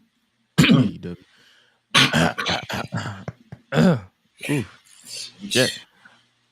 So I guess we can talk about. Are you okay? I'm good. I guess we can talk about. We might as well go ahead and talk about the match that was made official from this past Friday. The I Quit match. Oh, he was dehydrated. I wanted him to just drink something. Nigga, shut up. Oh my Lord. He never say I didn't care, nigga. Like, just, that cough sounded serious. So I just wanted you to make sure that he wasn't parched, my nigga. My bad for being a big sis. Fuck out of here. You know what I'm saying? I got one hit, but I still care, damn it. Come on now. Thank you. Let's get these predictions going. I love you too, nigga. Let's get it. Let's talk about this match that they just made official for literally last Friday. It's an I Quit match now. Cody Rhodes defending the Undisputed. They've been phasing away Undisputed. So it's Cody Rhodes defending the Undisputed WWE Universal Championship against AJ Styles. They got AJ looking like a supervillain hero. Like the way he's looking. Like, no, look like he got into the ooze. You feel me? It's just the men. I'll have my revenge. I'm going to get you. I mean, the castles and all that in the background don't really help that illustration. Right. It's super villain. It's like, come to my lair if you want your gold back. Like, I don't know. It's just, I don't know. I can't unsee this man, Samoa Joe, saying how his hair smells. So it's like every time I see his hair, I be like, he's like the wind. It's glistening. Beautiful. AJ has to be the first wrestler I've seen that at his age has reversed the hair care. Because how you was short hair most of your career, and then now you got this whole full head of hair. He was rocking the Backstreet Boys for a long time. He really was. And now this man is like full, straight up, just long Triple H style hair. Like, what the heck? Bro, that's wild. He makes me want to sing the Herbal Lesson song. Standing at the blank page before you, open up a dirty window, release your inhibition, feel the rain on your skin. You can let it in. Well, my favorite YouTube trope for anybody on YouTube with it. Never gonna give you up. Never gonna let you down. You never gonna give. Gresh is like, why'd you bring that up? Why? Oh, I remember they used to get you in every fake news YouTube ad ever. You see a headline, you're like, what's that? Click. Never gonna give you up. Never gonna let you down. I see him triggering right now, yo. He about to have a nigga moment right now. He's about to erupt. His eyes are turning into fire. Those were the days, bro. What food do you have around you that can suffer your wrath right now? Oh, he's like, not the Pringles. Oh man, I've been doing YouTube for 15 years, so I've been through that. So, I feel like, well, shit, no, it can't happen. But for Clash is at the AJ Castle. leaving? No, is AJ leaving, man? Because like it's like there was a rumor about that. They I think he said the last contract that he signed was his last. Yeah, like he's like that. Once the whatever contract he signed, that's literally he's not signing anywhere else. That's it. I I want to say that um, it's gonna still be Cody. Oh yeah, Um, Yeah, it's gonna still be we Cody. we know. Do you think they seeing as Cody's been saying I quit for like every time he announces the match? You think they're going to go to Rock, Mankind, John Cena, Miz, I quit matches where they play recordings of him saying I quit to kind of tease AJ winning the title, and then they're just going to reverse their decision? Whoa, You talking about the good old Dusty finish? No. Remember The Rock in 1999 when he lit up Mankind? He played a recording of him saying, I quit, I Well, quit, I by quit. Dusty finish meaning, remember when Dusty won the world championship? Mm-hmm. But then, they overturned it. Now they use that term now, to be like, hey, the good old Dusty finish. Hey, AJ won the belt. Oh, everybody's excited. No, it was fuckery. No, snatch. You do not get that. wait. No. So this happened with Miz and Cena? Mm-hmm. Yeah. 2011. That shit was But hilarious. you I weren't quit. really watching. I You quit. probably weren't really watching in 2011. It was like Over the Edge, Uh, over the limit. I'm sorry, not Over the Edge, Over the limit. It was More Over the than Limit likely, 2011. yeah. Those were college years, so it was a bit of a blur. Those Yeah, 2010 it was like years. because you know how you had John Cena versus Miz, and he won the title at Extreme Rules in that triple threat with John Morrison after Edge retired. Mhm. So they pretty much had the rematch at the next pay-per-view over the limit, and it was an I Quit match. Pretty much a repeat of 2010 John Cena with Batista. So who's the recording on, Miz or Cena? It was so basically Alex Riley, remember him? He played a recording. He gave Miz the microphone and he's like, I quit, I quit, I quit. And they celebrated with the title. And then for some reason, Alex Riley dropped the recording, and Mike Chioda looked at the thing, was like, the fuck? What the Give me the hell? belt. And then and then they pretty much restarted the match. Y'all are gonna make me watch this. They actually did that? Yeah. Good God. Yeah. I understood it for the Mankind Rock thing to some degree. But the only difference between that one and the Mankind Rock thing, the Rock was actually the champion. Like they literally, it stood. It stood. Like it was not. He went into Raw as the WWF champion, whereas this one, the Miz, was WWE champion for like 2 seconds, and then he restarted the match. The Dusty finish. So that's what I'm saying. The way Cody keeps saying I quit every time he talks about this match. I feel like they're gonna do that in Scotland. Just get it and go ahead and loop it around. You know that would make sense though. Quit.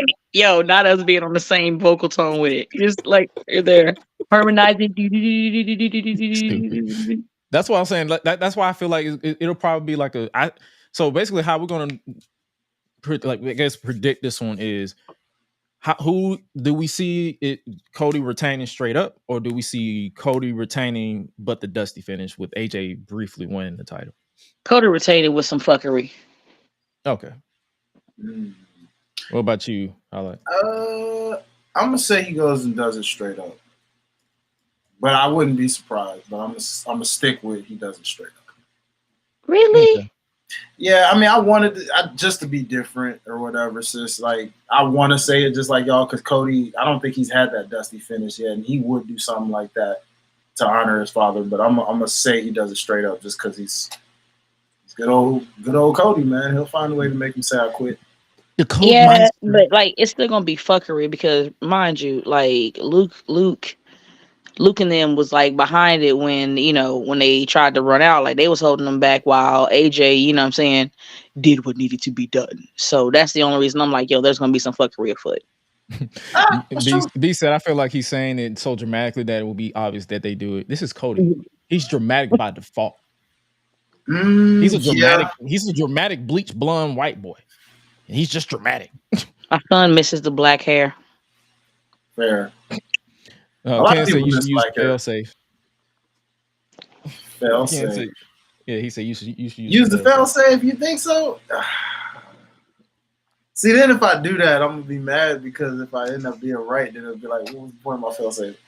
Do we get fail safes for this one? Do we? Or you want to save that for something else? Well, no, I think Do we have?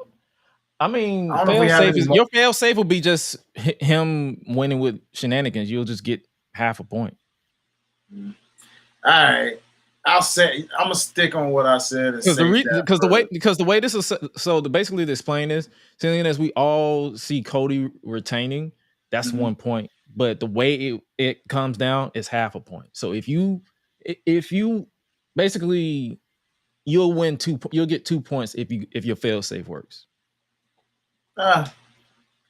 Yeah. I'll stick with it, bro. I know it sounds crazy. I'll stick with it, y'all. Trust me. So I'm telling you, stick with it. Just for this. Let's switch it up over to the women's, the WWE Women's Championship. Bayley versus Piper Niven for the WWE Women's Championship. This one ain't really been cooking as far as the build wise, because I feel like I don't know. I feel like they could do more, but it's just promo. Nothing's really. I mean, they did the tag match last week, but it's like nothing's really been making me like, I'm ready for this match. It's more so like I know they're going to kill it at Clash of the Castle, but nothing more and nothing less. Before we pick that, bro, do you Let's talk about that on the? You think you blame that on the back-to-back pay-per-view schedule that they've been having lately, where it's like 2 or 3 weeks later, here's another one, and then here's because Money in the Bank ain't too far off from this. After half of it. Another half is they've never been able to book Bayley as a babyface champion. You were right about that one, sir. Now that you mentioned it. Her best booked was when she was a heel with Sasha in 2020.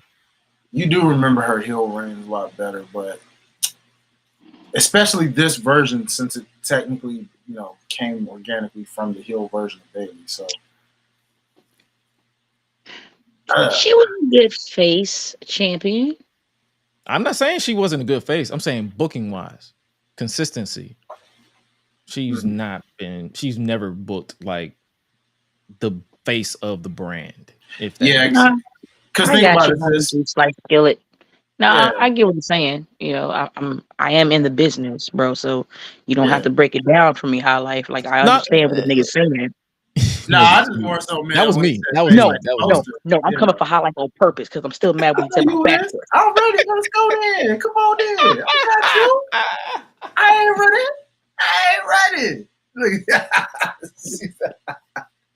Speak your pieces. You good. You got it. Sexy Ursula gonna make her presence felt. Yo, I'm so mad about him calling Nia. Why you call her another woman sexy Ursula, Tristan? Why you keep doing that? First you did it with Nia. Now you do. Yo. That guy. Oh my gosh. All right.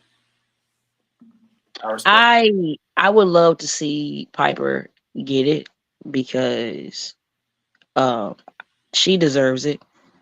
I'm gonna be just dead ass honest with you. She do. And honestly, her having Chelsea in her corner, the animations that would happen doing this title run would be flabbergastedly hilarious. Yep, I put 2 words together that shouldn't go at all on purpose. So that's exactly how it would be. But I know that they're gonna keep it on Bayley. Plus, like, she had to go through so much to get out that dewdrop bullshit that Vince put her in. So it would be good to see her hold the belt. And, it would be a breath of fresh air. Nothing against Bayley, but it would be a breath of fresh air to where, women gonna have to work to get that belt off of her because she's just like Nia Jax is an immovable force. You know what I mean? Mm-hmm. So it ain't gonna be no high. You can just pick on her. You feel me? She gonna mollywop the shit out of anybody and everybody.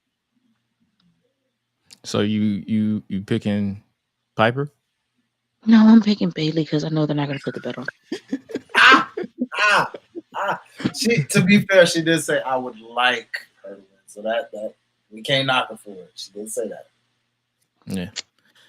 I mean, I'm going Bayley too. Like, I would love for them to switch it up just for the shock. Like, hey, we're finna switch it up and give you your vision of big meaty women bumping meat. Slapping meat, right? Yeah, they ain't gonna do Big, that. big meaty women beating motherfuckers with other motherfuckers. Sis gets it.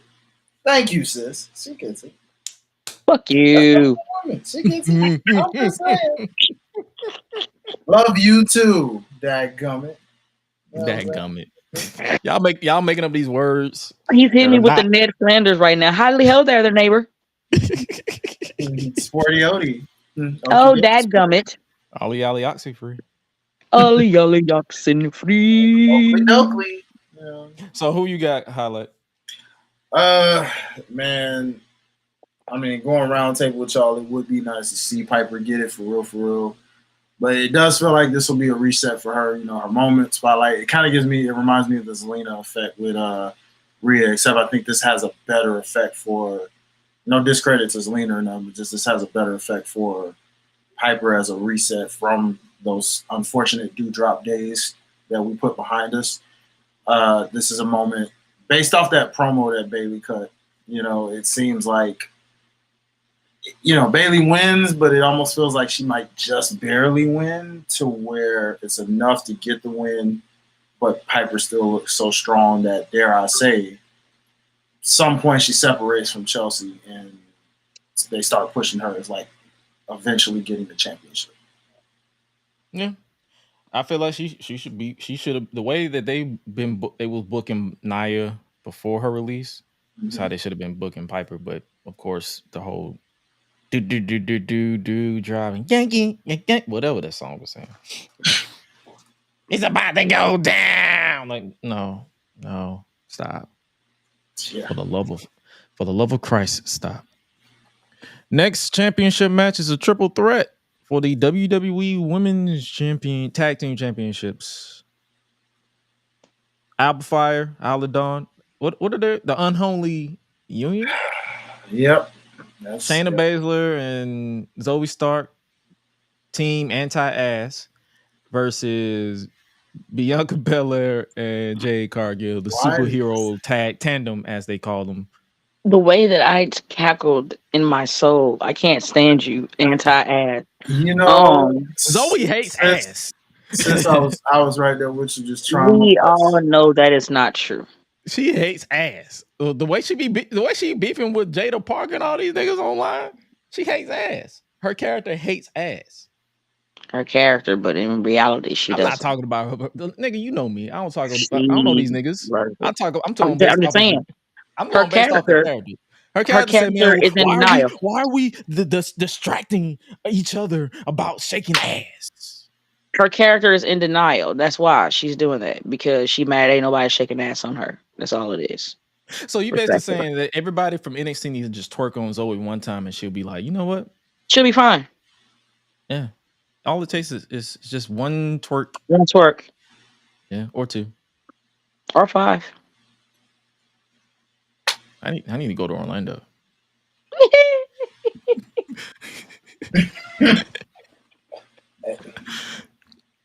But I feel like this is going to be a unanimous decision. We see the champs retaining, right? Yes, I see the black people retaining. Especially since they gave half the match away on SmackDown. And by the way, I think I said it on your show. Oh no, Raw. I'm sorry. I believe it was your show, and Hi-Lite can correct me if I'm wrong. When we was talking about, when motherfuckers was talking about, oh, well, we're not seeing Jay do anything, and she loves Amy Phoenix, and she's still doing the same 5 move, and we haven't seen it in the me. And I remember that I said, and I quote, she's at the PC Center cooking. She's working with Natty cooking. When she perfects the stuff that she had already learned, bro, then she was going to start evolving. Oh, that was this show. I think it was you going back and forth with Marty. Yeah. And then what the fuck did we see now, bro? Like, yo, this fucking tag move that these niggas have, yo, when I saw it in Saudi Arabia, yo, they definitely reached the nigga quota. I said 7 niggas before that match was over. And wasn't that the same match she also did that springboard too? Because I don't think she did that before you said that, sis. Yeah, I want to. Yeah, so that also proved because that I remember the reaction she got from people when she did that. Like, oh snap, Jade! Whoa, Jade did a springboard. When could she do that? Cooking in the PC, man. Duh. For those of us who actually had patience from day one when she appeared in AEW, we won. Sure did. Everybody else, I told you niggas. I Told told y'all niggas. y'all niggas. But y'all niggas didn't want to listen. But told y'all now the same niggas that was talking shit. Yes, queen, turn up. Go eat a dick. Yeah. Got that patience, no coup. Consensually, of course. We don't.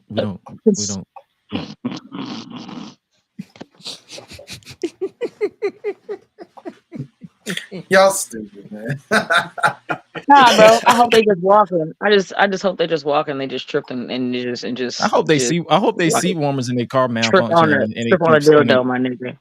Nah, you didn't hear me. I hope when they wake up in the morning and they finna go for errands, I hope they seat warmer malfunction and they burn their ass cheeks. Straight burn ass cheeks. Yeah. My goodness. Yeah, Anybody like crusty cheeks in the morning? Zoe. You ever had a crusty cheek with some nice fava beans? Get the fuck off the camera.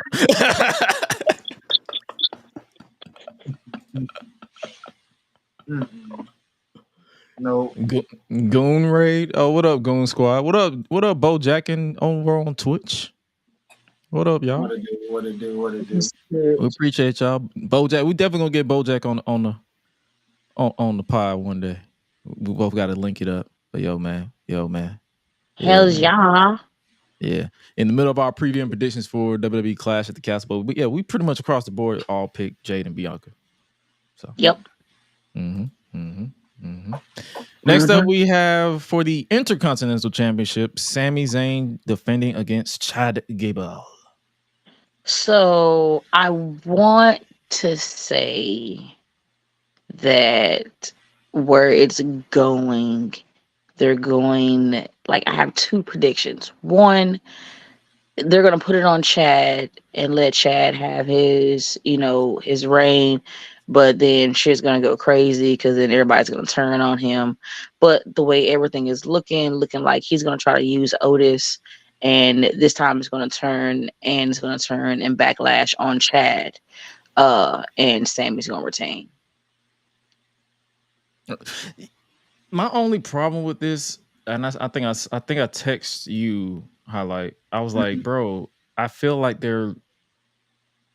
I care more about Otis turning on Chad than Chad winning the title. I don't know if that's by design or not.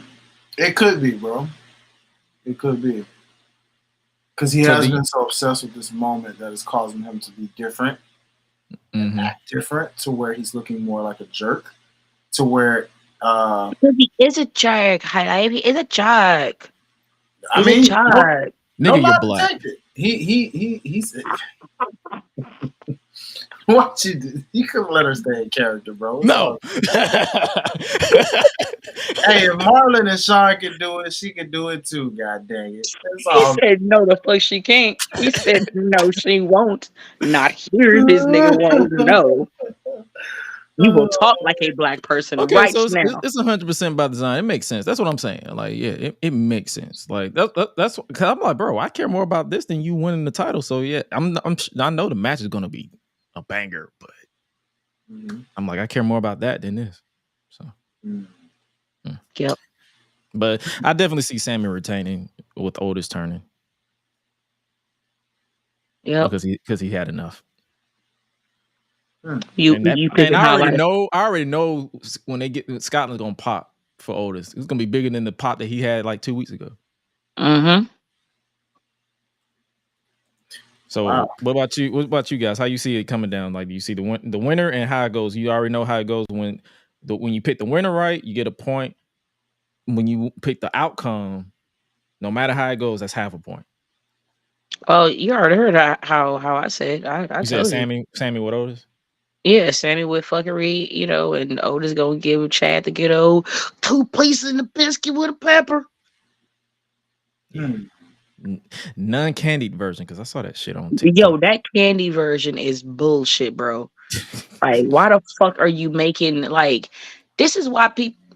This is But you this is why know, sometimes people call us niggas, bro. you Because like, why? know, Like, what possessed you to wake up and say, you know what, bitch?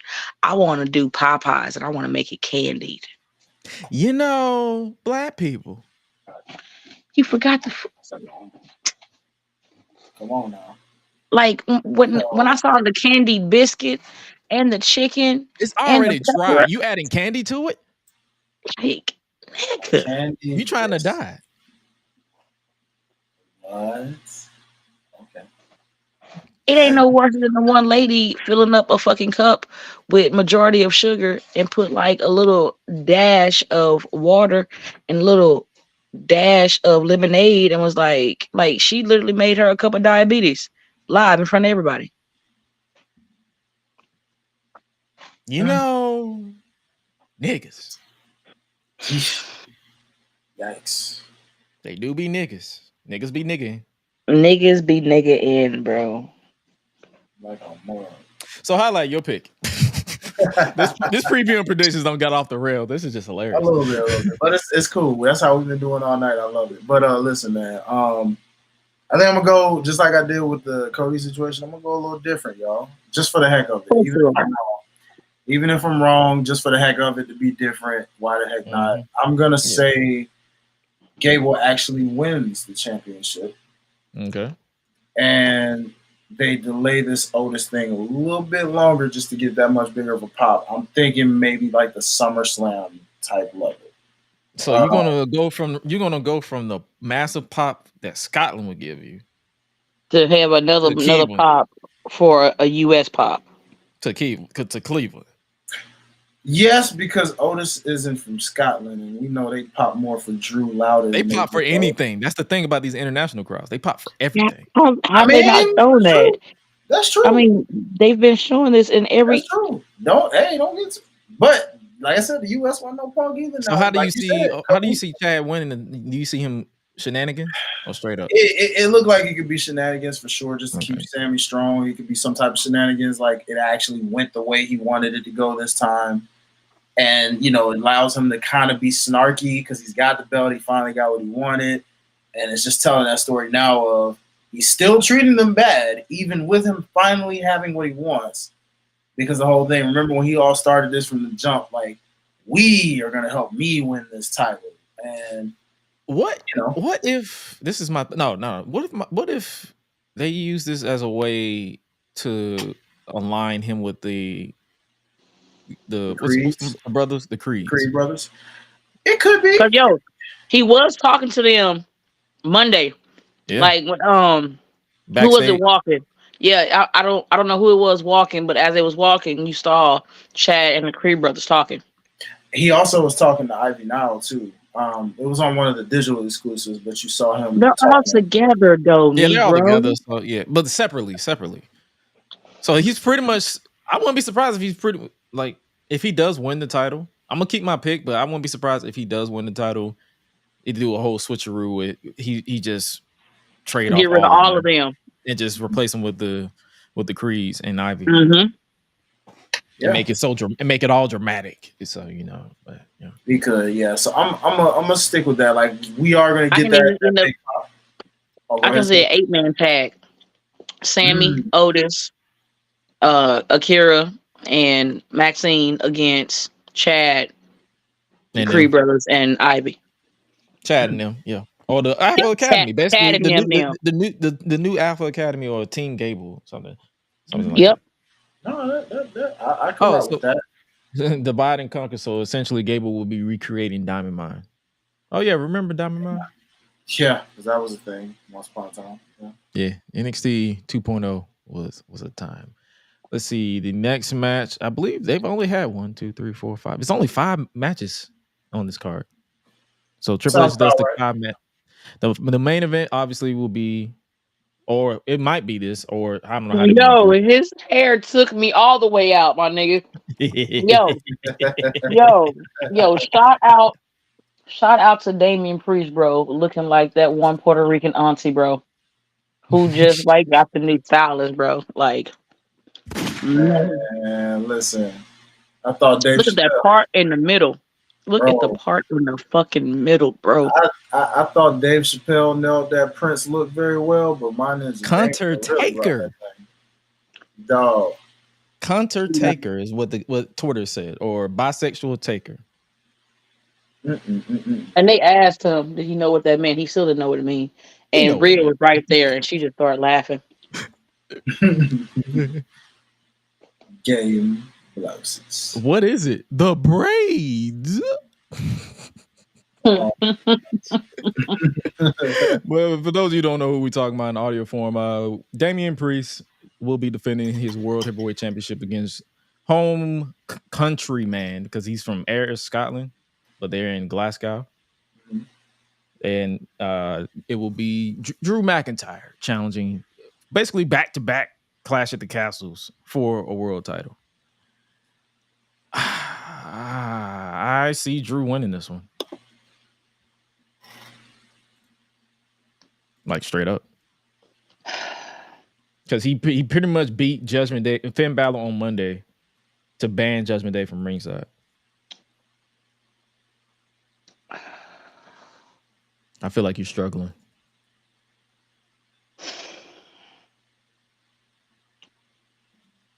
I don't want this bet on this nigga again, bro.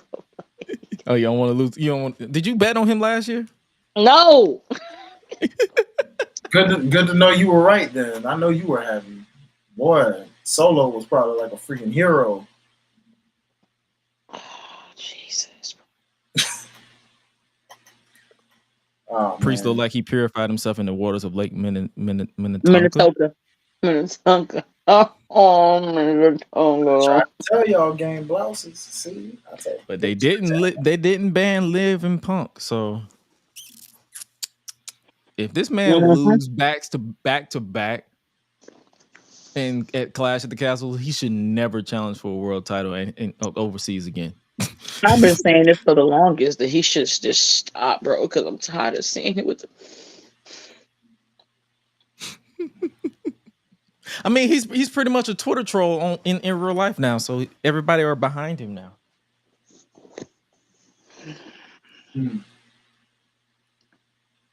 Me, I'm indifferent. I just laugh at everything, but I still see him winning the title. Like, bro, there's no way you're gonna have this man lose twice. That would be like a great thing if he did, though. That would be hilarious. It'd be I'm gonna be laughing. People will be probably having breakdowns online. I don't know. You know how the cackles that I will go through. I'm gonna be laughing like a high nigga. You know what? I'm gonna stay positive, because, you know, I feel like where there's a will, there's a way. Punk gonna interfere, bro, and fuck over Drew winning the belt in his hometown, which is gonna make the feud between them even better. I'm a stick with Priest. Better learn the lyrics to "Go to Person Now." Oh, I know them lyrics. Trust me. You know what? I'm not gonna do it. I'm not. I'm done. I'm done. Remember when Britt Baker didn't know who Mussolini was? Yo, shut up, bro. Because they were doing a sing along when he was in AEW, and she's like, "Who's Mussolini?" And Christian Cage looked at her like, "You serious?"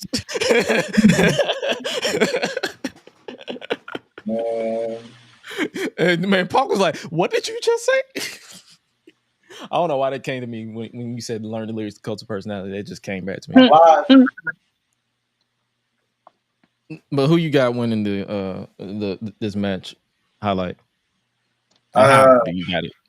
Well, I am torn, truth be told, because I'm going with what Lala said, but also you make a case because the corner here is Negro. You lose again. This is the second straight time you've lost with a title on the line in front of your home crowd, and you literally bragged and boast about. Just don't sing again.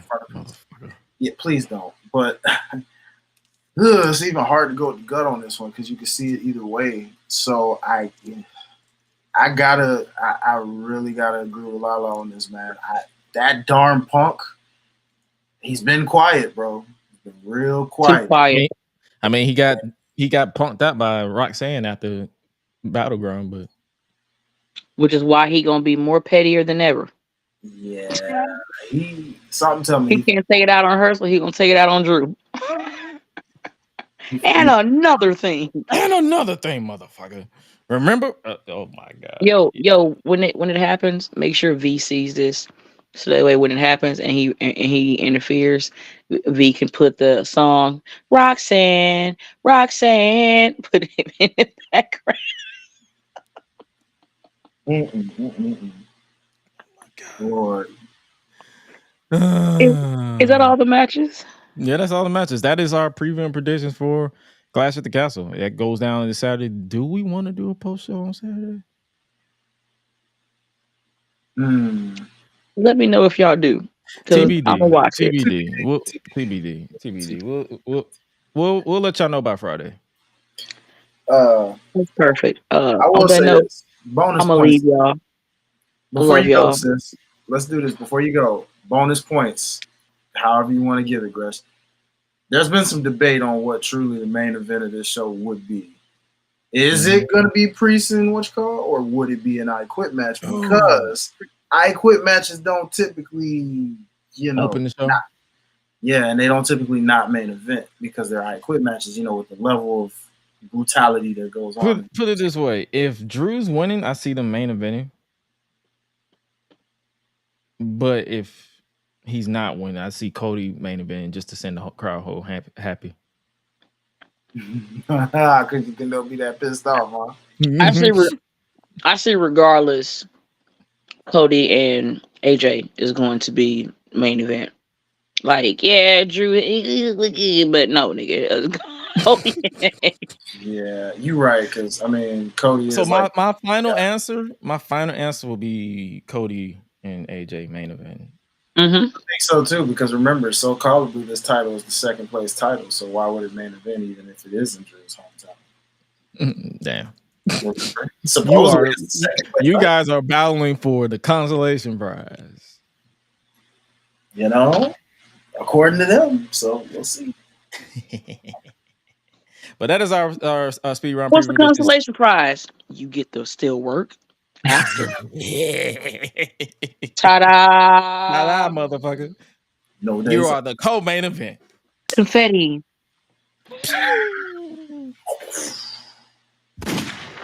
Or gunshot. Oh, but that is our preview and predictions for Clash at the Castle. And before we switch to NXT, let's talk about Ricochet. I'm gonna say this right now. On my way out because my hip is starting to hurt, so I'm gonna go and chill out. Shut up, girls. Wherever he goes, I hope he gets utilized the way that he wants to.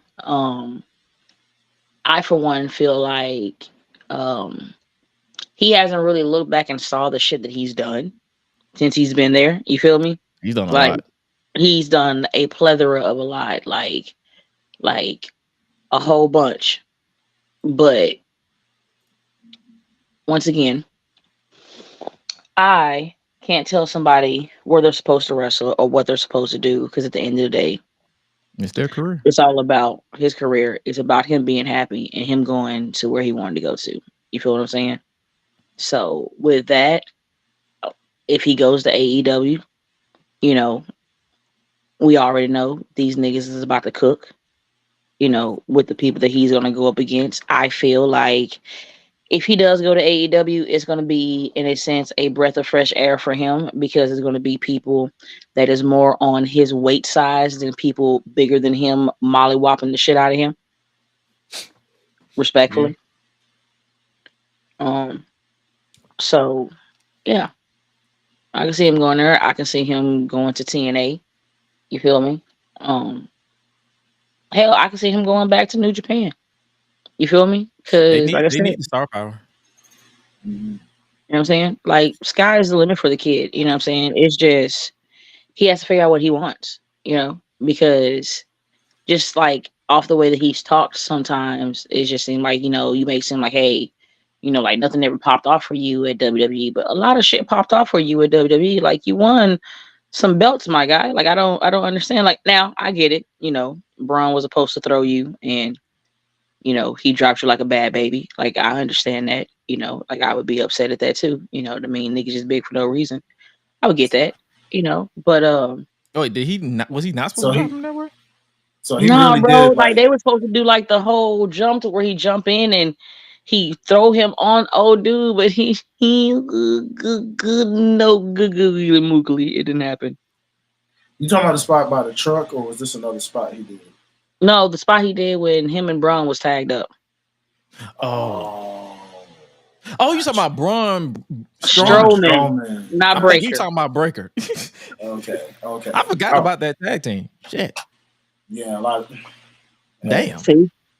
And on that note, I love you, heathens, and I will bother you later on, Gresh. High life, y'all be good. I love y'all, man, and I'll talk to y'all later. You too, sis. Much love.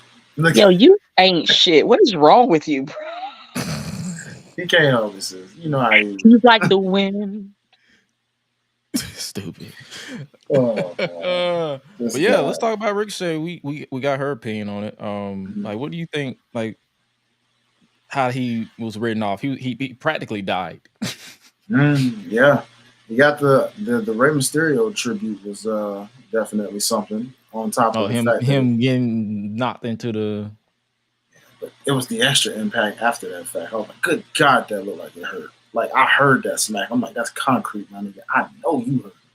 Like he lawn darted, but I looked back and I was like, his foot got caught on Braun's trap somehow, yeah. And then he just said, I was like, yeah, I was like, bro, please see your chiropractor after that. I hope you are good, because good God. Ooh, it didn't help that he got, he did, but it didn't help to get smashed on top of it. That made it even worse. Because they don't gimmick that, I don't think. I'm pretty sure you like. If I look back at that, it looked sort of gimmicked. Yeah, that that was real. Yeah, I'm about to say I don't think that was gimmick, my guy. He felt it would have shattered if it was gimmick. That was real glass. Yeah. Real glass. But yeah, Ricochet. Yeah, to pick it up what she was saying, Ricochet. He's done a lot in NXT, in WWE. Like NXT North American champion, Dusty Cup winner, alongside Malachi Black, Aleister Black at the time. What else did he do? Intercontinental champion, United States champion. Was he a tag team champion? No, they competed a lot for it, but he never. Yeah, I don't think he actually won them. But he won the Speed title. Yeah, for those who care about that title. But anyways, that's beside the point. It is an accomplishment nonetheless. Yeah. And agreeing with you, brother, and Lala. I mean, honestly, hey, if he wants to go back to the lifestyle of like when he was Prince Puma, I could understand that, because Prince Puma was viewed as a top guy for that particular promotion at that time. And maybe he wants that feeling back of like just proving like, hey, I can be a heavyweight champion. Yes, we know his mic skills aren't the best, but who's to say he doesn't go on the indie scene for a while, find some type of reasonable mouthpiece, all of a sudden reinvent himself, still be the high flyer he is, but in a more modern day way. I never understood that argument of he can't talk. Motherfucking managers exist. That's what I'm saying. I'm like, I don't, maybe, I don't know. I mean, because there's only so many managers in WWE, although we could have made a case for MVP, despite the fact he looks like he's training to get back in the ring right now. So, you could have found somebody with a mouthpiece, I don't know. Hell, they could have put him with MVP. Well, yeah, so I said he's kind of training to get back in the ring for one. I'm talking about as far as if they wanted to put him with a mouthpiece. MVP was a good talk. True. But like I said, it seemed like his focus right now is one more ring. I'm talking about Ricochet before. MVP yeah. I'm talking about like when he was still. Yeah. when he was still around. Like they could have, like, if that excuse with him being the promo, or it's like give him good material to talk. Most of the promo material he got was ass. No, yeah. I mean, I agree, bro. Yeah, he should have. They should have did it because that prime, like, honestly, you could have made a case for him being in the Hurt business back then. Low key, you could have made a case. I mean, because you had, Bobby was WWE champion. They were tag team champions. You could have easily been in there and been your mid card guy. Because the IC or US champion, and had substance with it. Yeah, easily. And eventually built to. MVP said he chose Cedric over Ricochet for the Hurt business because he always felt Ricochet would be okay on his own. I mean, and that's cool too. Like, we're not saying like what happened with him is wrong, but we're just saying, like, if that was ideal situation, he could have been that next guy, because WWE wasn't going to put MVP in the mid card. Yeah. And this is why I think WWE really needs to focus more on getting some talkers. They should really get some true talkers back in there. Or even if the talkers, it's like, give them good material to talk with. Because if you listen back, when I say that, I more so mean the natural Paul Heymans, the MVP, people who aren't wrestlers. Just true personality, like a Jimmy Hart and a Bobby. Or Zelina Vega, for some reason, they're not giving her the microphone. Exactly. It's another case. You know what I'm saying? Even she could have represented Ricochet in a way that would have been unique. I think she would have been a good case at one point. Like, that's what I mean. It's like they have talkers. They just don't do nothing with them. Yeah. You know what I'm saying? Hell, Robert Stone can cut a promo. He can. He's another one that could have been somebody with Ricochet back if he would have did it right. They really should get some more of those type of personalities in their circle so that you can utilize them for the ones where that's not their strength. Okay, fine. If they got all the other boxes checked, they can feed off of that to where it does become their strength. Yeah. And this is exactly why Abraham freaking Washington still to this day pisses me off. You see what I'm saying, Gresh? Do you see what I'm saying? Oh my God. Damn, I keep forgetting about that nigga. I ain't gonna lie. But that's why he pisses me off, because he could have been still here doing this, man. What did he get fired for again? Was it the Kobe joke, or was it the Linda McMahon thing? A Kobe joke. The Kobe joke got him off TV, but he was still in the company. I think I read somewhere where he got fired because remember Linda McMahon was trying to distance herself from WWE when she was running in the political game. And I think he publicly said something about her, and they was like, yeah, get him out of here. Oh, see, I ain't know nothing about that. So yeah, he pretty much he ruined his main roster run, his on air run, because of the Kobe joke or the Kobe reference. He messed up his entire career when he, I guess, gave an opinion. I don't know. So, I never heard about that one, bro. So but then again, that's me reading. We don't know unless we actually sit down and ask him a question like, "Hey, how did you get fired, motherfucker?" Yeah. Somebody help us find that guy, and we can find that out for real. But anyways, like, even though B said it was the Linda thing because he met him at a gym days later. And he actually told him that it was because of the Linda thing. So yeah, him referencing Linda McMahon when she was trying to distance herself from WWE got him fired. What got him off TV and in some heat was the Kobe reference. Okay. Well, even though I still to this day don't understand why he said it. Beats me, brother. I guess he was trying to be edgy and it cost him. You know, I say all that to just basically show, bro. You know, but yeah, Ricochet, wherever he want to go, like, I will support. Like, we're not those tribalistic hitters out here who be like, oh, he's gonna flounder outside of WWE. Man, the reason why he was signed to WWE in the first place is because he's one of the best in the game. Point blank, period. As Prince Pumba. For real, I wouldn't mind. I I ain't gonna hold you. I definitely wouldn't mind TNA or New Japan. New Japan, for like you said, they need star Definitely power. New Japan. Definitely. They need North American star power because you got Mox. Yeah. You got Tanahashi. Mhm. Not Tanahashi. Naito. Okay. That's all I can name off the dome. All right. So that's what I'm saying.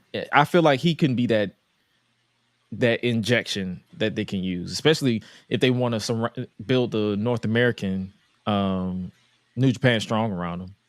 Yeah. No, that's fair. That's fair. There you go. And you can still do your cross with the AEWs and stuff. Yeah. But he definitely I see him going to New Japan. And even if you want to go to TNA for 6 months and win the X Division title and then cash in option C and win the world title, take it off Moose. Go from one ball to the next. Yeah. Not to mention you can finally get your dream matchup of the twins, the lookalikes, and him and Trey Miguel. Yeah. He looked like Trey Miguel? They get mistaken for each other quite often, believe it or not. Yeah. Yeah. Trey Miguel has hair. Now, but when he was kind of shaved. When he was younger? Yeah, when he was a little shaved. Yeah, they were. He says it all the time. Like he used to get mistaken for Ricochet. To be fair, I get mistaken by a lot of people sometimes, dude. Like I get it. Yeah. So, but we'll see what happens. Like you said, we support either way he goes. Anything else we want to say? Oh, Liv is still horny. All I'm gonna say about that is, my nigga, listen. First off, because I was at a whole concert last night, I had to watch clips literally late when I got back just to be like, what happened? And when I saw all of that, and I didn't even see the little key swipe thing that Finn did, like nobody was watching. You take that card, like, bruh, really? We saw you, my nigga. Dom, I agree with all of y'all niggas on Twitter. That is the strongest mofo I know to be able to resist that, not once but twice. This woman landed on him. Cheeks are showing more by the week. Start showing. Yeah, more by the week. I said this literally to myself today. It is a matter of time before she pulls a Mandy Rose and this woman is in a bath robe or a towel flashing this man. It's a matter of time. Just wait on it. Because this is very Attitude Era. Almost. This is as close as you're going to get to the Attitude Era now. Listen, man. This. Hey, Dom, if you're not going to do nothing with that key card, you can send it to me. Fan, if you're not going to do nothing with that key card, you can send it to me. I'm just saying. Like, we the same age. Like, shit. One of them Negroes took it. So, I mean, hey. One of them Negroes ain't stupid. Listen, this Liv stuff is hilarious to me because it's obviously just a mind game to get to Rhea. She's going to come back scorned, and that all hell's going to break loose. Mm-hmm. They're doing this by design. But the question is, will Dom be loyal all the way, or will it cause a rift permanently to where he turns on her? If I'm being honest, at this point, it depends on how long it takes her to get back. Because from the news I heard, it seemed like it's a little delayed and it won't really make it to SummerSlam just yet. I wouldn't be surprised. So if that's the case, I mean, the surgery. I mean, we still got 2 more pay-per-views before, or 1 pay-per-view before SummerSlam. And that's Money in the Bank. Yeah. So, I mean, surgery was successful. So if she's able so she actually had surgery. Yeah, she had the surgery and it was successful from what I understand or what I heard through, I believe it was Wrestling Week reporting this, but it was like successful surgery, but kind of a little bit of doubts on if she'll make it back in time for SummerSlam right now, as it sits. But you know how wrestlers are. When they're motivated enough, if the rehab is like going really, really, really well, she just might get there in time. But if not, you may have to delay this until like maybe Survivor Series, dare I say. Because that would be the next major big, because you ain't going to want to do it at B pay-per-view. Yeah. So, I mean, unless they do it at Bash of Berlin, that's not a B pay-per-view. It's kind of like an international thing again. True that. Yeah. I almost forgot about that one. So, I mean, And that's the same. That's the same month in August, so it's not. So that's going to be another situation like Clash at the Castle going like 3 weeks between pay-per-views. There's going to be 3 weeks between SummerSlam and. Yeah, my only thing is if she can't make it to SummerSlam, I wouldn't even push her for the Bash because the only problem with that is, like you said, that's not that far of a difference either. Nope. You want to give her some kind of reps in between. Then 3 weeks wouldn't be enough for that. And then, and for all we know, we don't know if she's still. If she's already training already, like we don't know what, like how serious the surgery is to where like, True. Yeah, we don't know, but we'll see. And also, yeah, they're doing qualifying matches next week for Money in the Bank, so I'm glad to see that's back instead of people declaring. Yeah. Oh, were they doing that for the last couple of years? Just declaring there the Money? Some of them were. Like they was like, yeah, I'm gonna be in the Money in the Bank, or they would just not even declare. They would just like the GM would just come out and say this person, this person, this person, this person, this person, and then there's your money, your 6 people. Like I think last year they just announced it. True, because Jay didn't declare it. He just said he plans to get in it. So yeah, that makes sense. Okay. So he basically, so they start, and then they mentioned they was like Braun Breaker's gonna be in the qualifying match next week. Likely Jay, likely Ludwig Kaiser because they pretty much gave him a promo package. Yeah, I can see that. And probably Sheamus. So this year it's like they're doing the qualifying matches. It's probably gonna be like 3 on each side because I don't know if they're gonna do 6 or 8. That's always the challenge where they do 6 or 8. Knowing Triple H, I feel like he'd lean the 6 route, but then again, he could do 8. Like either way, it's gonna be. We'll be right back here with that. Before we get up out of here, we got NXT highlights more so. Like nothing too shabby with NXT this week. Did you have any highlights for this week? Honestly, not really. Just well, for one, the hilarious already viral video of Meechin Yim, as we call her, slapping on Jada Parker's cheeks as she rolled her up for the win, and Jada Parker's looked like her.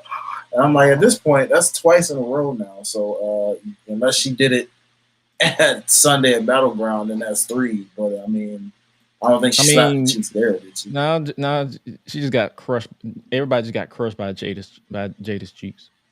Okay, so steel cheeks got slapped twice, which means clearly me and Yum want some of that or something.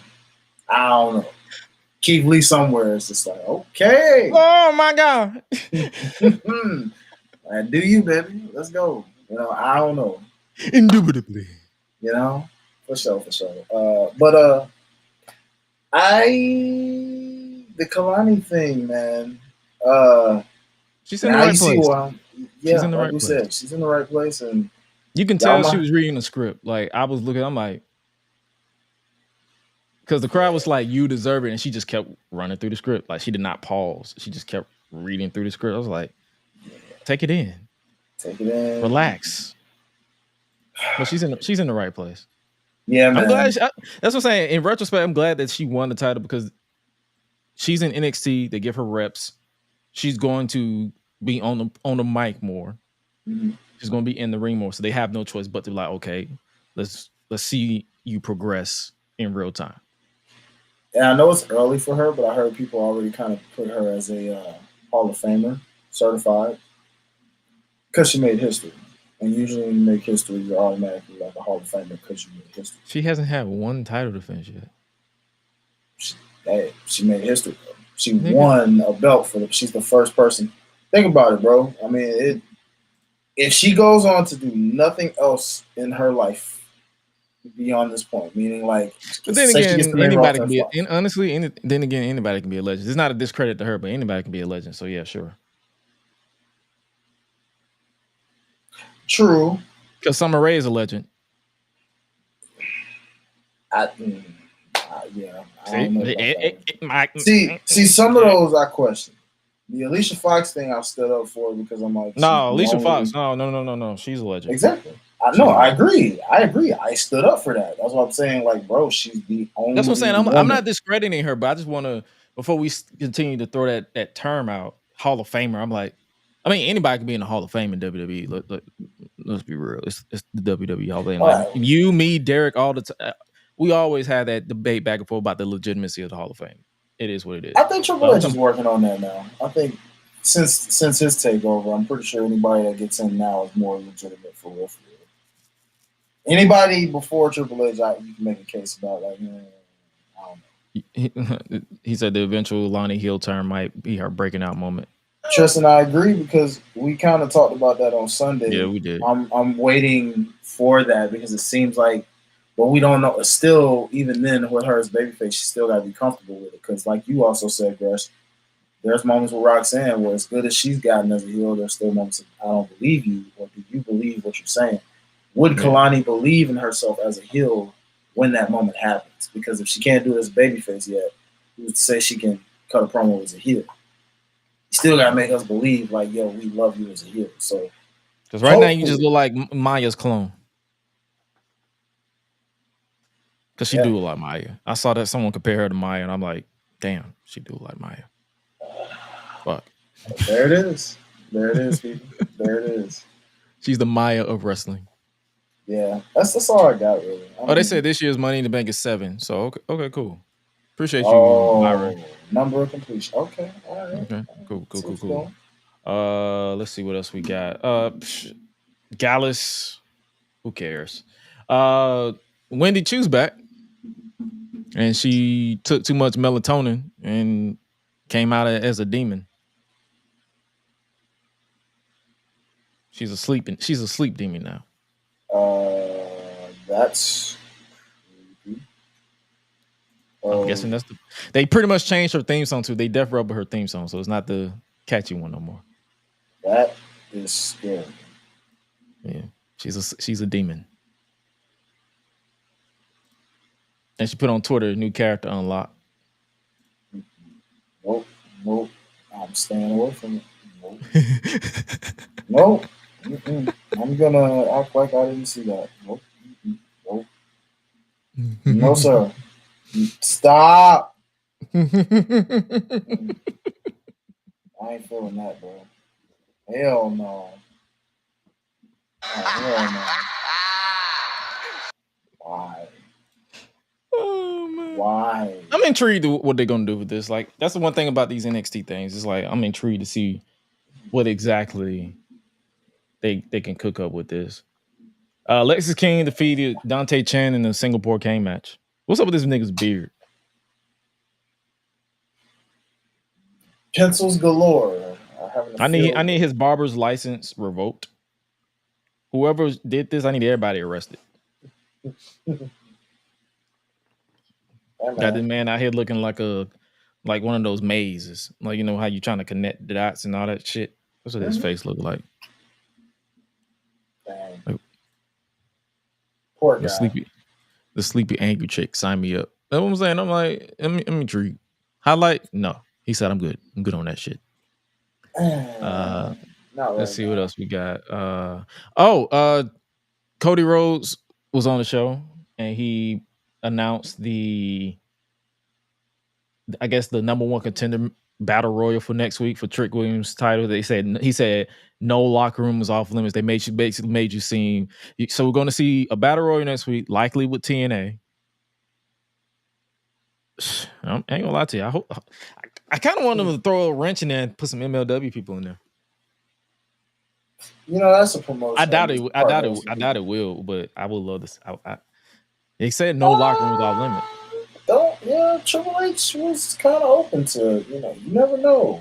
MLW people could pop up. It would be dope seeing Alex Kane pull up and just be like, boom, my head, boom, my head, boom, my. I'm just saying, hey, never know.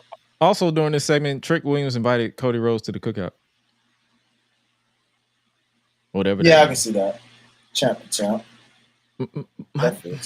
Do we say cookout around here? I haven't heard it in a while, but it's summertime. It's like I'm from the South. Like, I'm country. My brother's countryer. Shout out Joey. We don't say cookout. We say I'm gonna put some meat on the grill, or pull up, or as my brother say, get together. but we don't ever say cookout.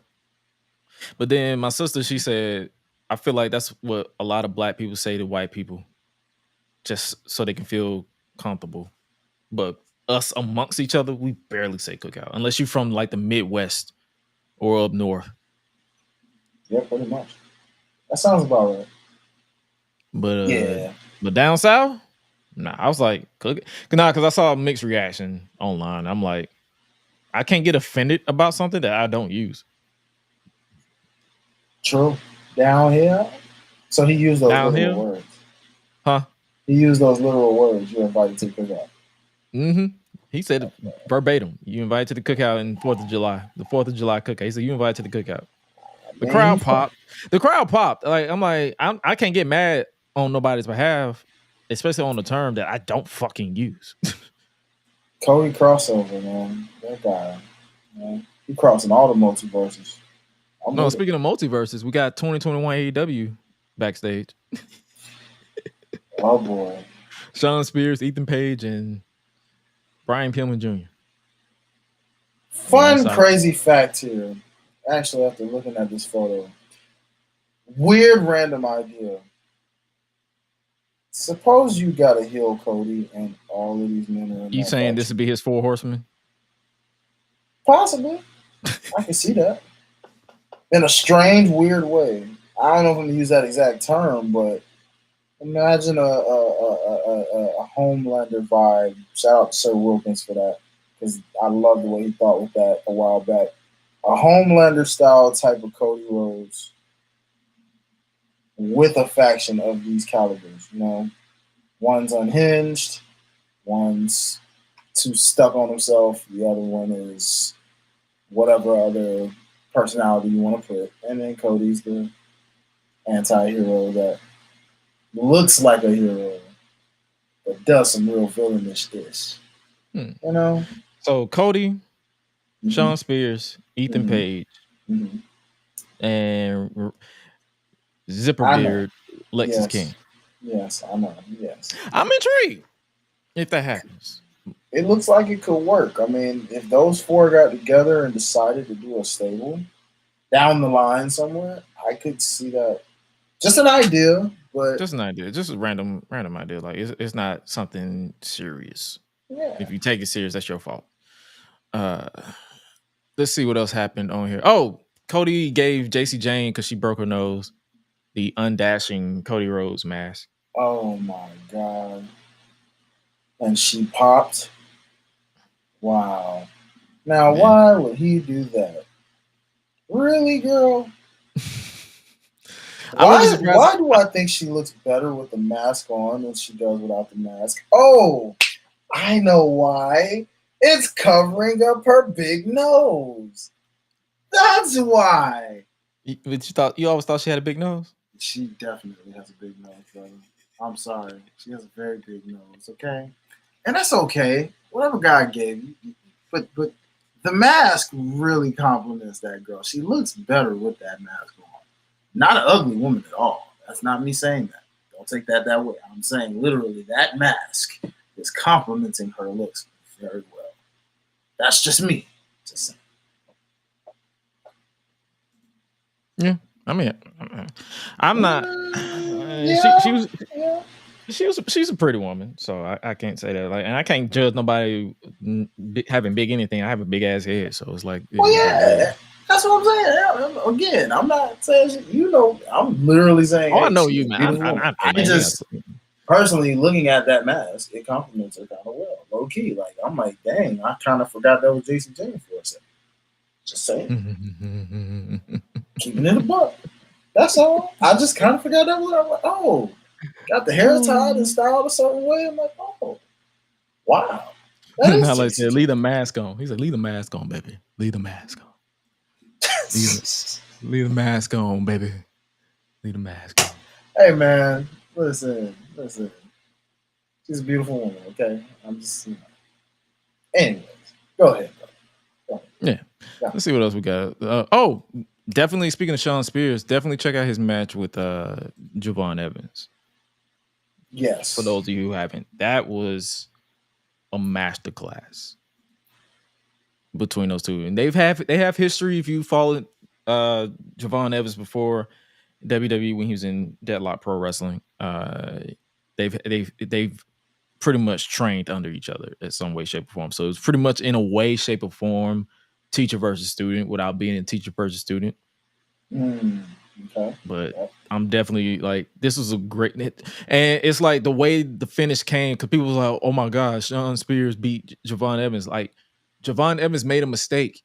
He springboarded too much and he hit the announce table. Wouldn't it be common sense for the veteran to win because the rookie made a mistake? Same case with Jada Parker. I mean, if anybody, Same thing with Jada Parker.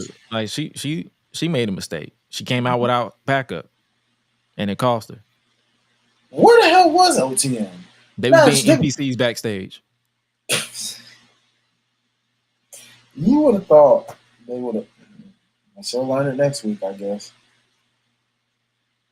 Yeah. That's other than that, yeah, that was NXT. NXT this week was solid for the most part. Like it wasn't horrible, but it's like I guess we got to wait until next week to see what they got cooking for Trick Williams and all that stuff. And they still doing that thing with not Josh Briggs, Brooks Jensen. Oh yeah, where he's pretty much their version of a scapegoat. Of course. So we'll see how that rock. Hopefully they let him go on an excursion, like let him pop up in TNA. I wouldn't be mad at it, bro. And let him like pretty much build the character. Like, I was pretty much excommunicated here, so let me come here, cook here. I like and that. Then, let's see what else. I mean, yeah, that's pretty much it. That's NXT this week. Before we get up out of here, what you got coming up? As I mentioned on Sunday, man, just getting ready for an event on the 28th. And, of course, we got the Kingdom Nightlife Awards coming on July 6th. So shout out to all of you who voted. I appreciate you guys so much. Took a break on Life's a Botch, man. So it's going to be on hiatus for a little while. So y'all bear with me, man. I may try to do some short form stuff, but right now, Freepedia focuses right now as far as like outside content. So working on some voiceover stuff for that. And of course, working on doing some wrestling freestyles and stuff like that. I've been a little busy, but I'm working on getting some free time. Hopefully tomorrow, I can sit back, knock something out, and me and Gresh will cue some up for you guys. We do have some stored up, but it's kind of on a TBD whenever those decide to drop when they want. Or whenever they give us enough footage to use. For sure. So like that Oba one, I'm pretty sure I can knock that one out because we got enough footage at this point. You think we do? He's just a big black nigga that knows how to kill people. Facts. Yeah, facts. I mean, he's giving you a couple of highlights. If you can find that one he did on Wesley, you watch it. I got it. I already got it. That's what I'm saying. I'm like, I got it. So yeah, you got the one from Stand and Deliver? I got some footage from there too. All right, well, there you go. We in there. That's what I'm saying. I'm like, yeah, we good. And even with him winning the title, so yeah, it's pretty straightforward for him. So yeah, I definitely cooked that one up. But yeah, speaking of Freepedia, we definitely got some stuff over there. Like, and honestly, I said this on a tease with tweets, but I'm pretty sure the main Gresh channel is going to go under a rebrand in a way to where it's still wrestling, but it's not going to be strictly video games. Like we'll still do video games, but yeah. We appreciate you guys' continued support for everything that we do, but yeah, like, because I don't want to just put stuff out and I'm not interested in it. Like, that's not my forte. That's the reason why I'm doing the Freepedia stuff. Like the Quiet Place. I finished watching the second movie. Have you seen A Quiet Place? Never, brother. Never. I'm sure my lady will get me to watch one of those because she's into them. So eventually I'm going to see it. Now, it seems good because I like the idea of they got Lupita in there, so looking straight up crazy. But yeah, she's doing that role from what I'm seeing. I saw the trailer, the full trailer at the movie theater. I'm just glad that you watch trailers, unlike our bro DJ who doesn't, which I understand why he doesn't. Because they do spoil a lot of stuff in these trailers. But but I'm not the type of guy that loses my mind when I'm spoiled. Like I will still watch it, me too, and be completely caught off guard. Agreed, me too. I can watch a trailer and still be like, wow, I didn't even see But my that. YouTube summary on A Quiet Place 2 is coming this week Okay. at some point. I just got to edit it, and Okay. then once we get your stuff, that content will be consistent over there. It's just something fun for us to do to kind of give us a break from the non-wrestling stuff. So if you guys enjoy that, and also I might mess around and just go live and talk and react to stuff too again. Like we haven't done that in a minute. Yeah. And also, but yeah, other than that, yeah, that's pretty much everything we got going on. Make sure you scan that QR code to subscribe to the podcast, wherever you listen to your podcast. Scan the QR code to follow yours truly wherever you listen to, just in general, as well as subscribe to listen to the theme song for the song that you heard at the top of the hour, the Unleashed anthem. It got more stuff. Got more stuff coming from Mike Mayhem Music. Make sure you subscribe to that and follow that wherever you listen to your music. YouTube, Spotify, Apple Music. It's all over there. Mike Mayhem Music. Once you scan that QR code, you will definitely see exactly what we are talking about. Make sure you guys check out All Shit Here We Go Again. That is the Monday podcast with Ruthless Lala, who you just saw. She takes over Mondays and do her thing with her people. The episode we dropped last Monday, I pretty much hijacked the entire episode, but it was with her fellow prolific man, Tyree Taylor. Great conversation. Big meaty men smacking meat. If you like that type of stuff, I know Hi-Lite doesn't, but that was pretty much the highlight of that, to the point where I brought out a raw piece of steak and headbutted it. So like it was just unhinged, but it's still a good listen to, something to listen to. Also, a third podcast under the Gresh Digital Media brand is coming very, very soon. It will be, I can just tell you this right now, it will be me and my brother. So Let's go. I will be in the face of two podcasts. I'm not affiliated as much with all Shit Here We Go Again. That's Lala's thing, but it'll be me and my brother. So it'll be non-wrestling. We'll reference wrestling, but it'll be non-wrestling for those of you who are interested in that. So we're pretty much expanding everything we got going on. So much stuff that we're in the works behind the scenes. But yo, man, hopefully you guys enjoyed today's edition of the Gresh Unleashed podcast. Wherever you listen to your podcast, www.gressunleashed.com, solo.to/Gresh. Hi-Lite Life, Hi-Lite Real, OTS Media Co., Freeopedia in general, Freeopedia TV on X, Twitter, whatever. Make sure you guys continue to do all that support. And with that being said, hopefully you guys enjoyed this edition of the Gresh Unleashed podcast. Remember, no stupid people allowed. Don't let these people get to you. Fuck them niggas. You already know how it is. And with that, make sure you guys stay safe out here in these streets. And remember to always be true to yourself, live, laugh, love as much as possible. But remember to always eat, sleep, flex, and repeat. We out. Y'all be breezy. One bit.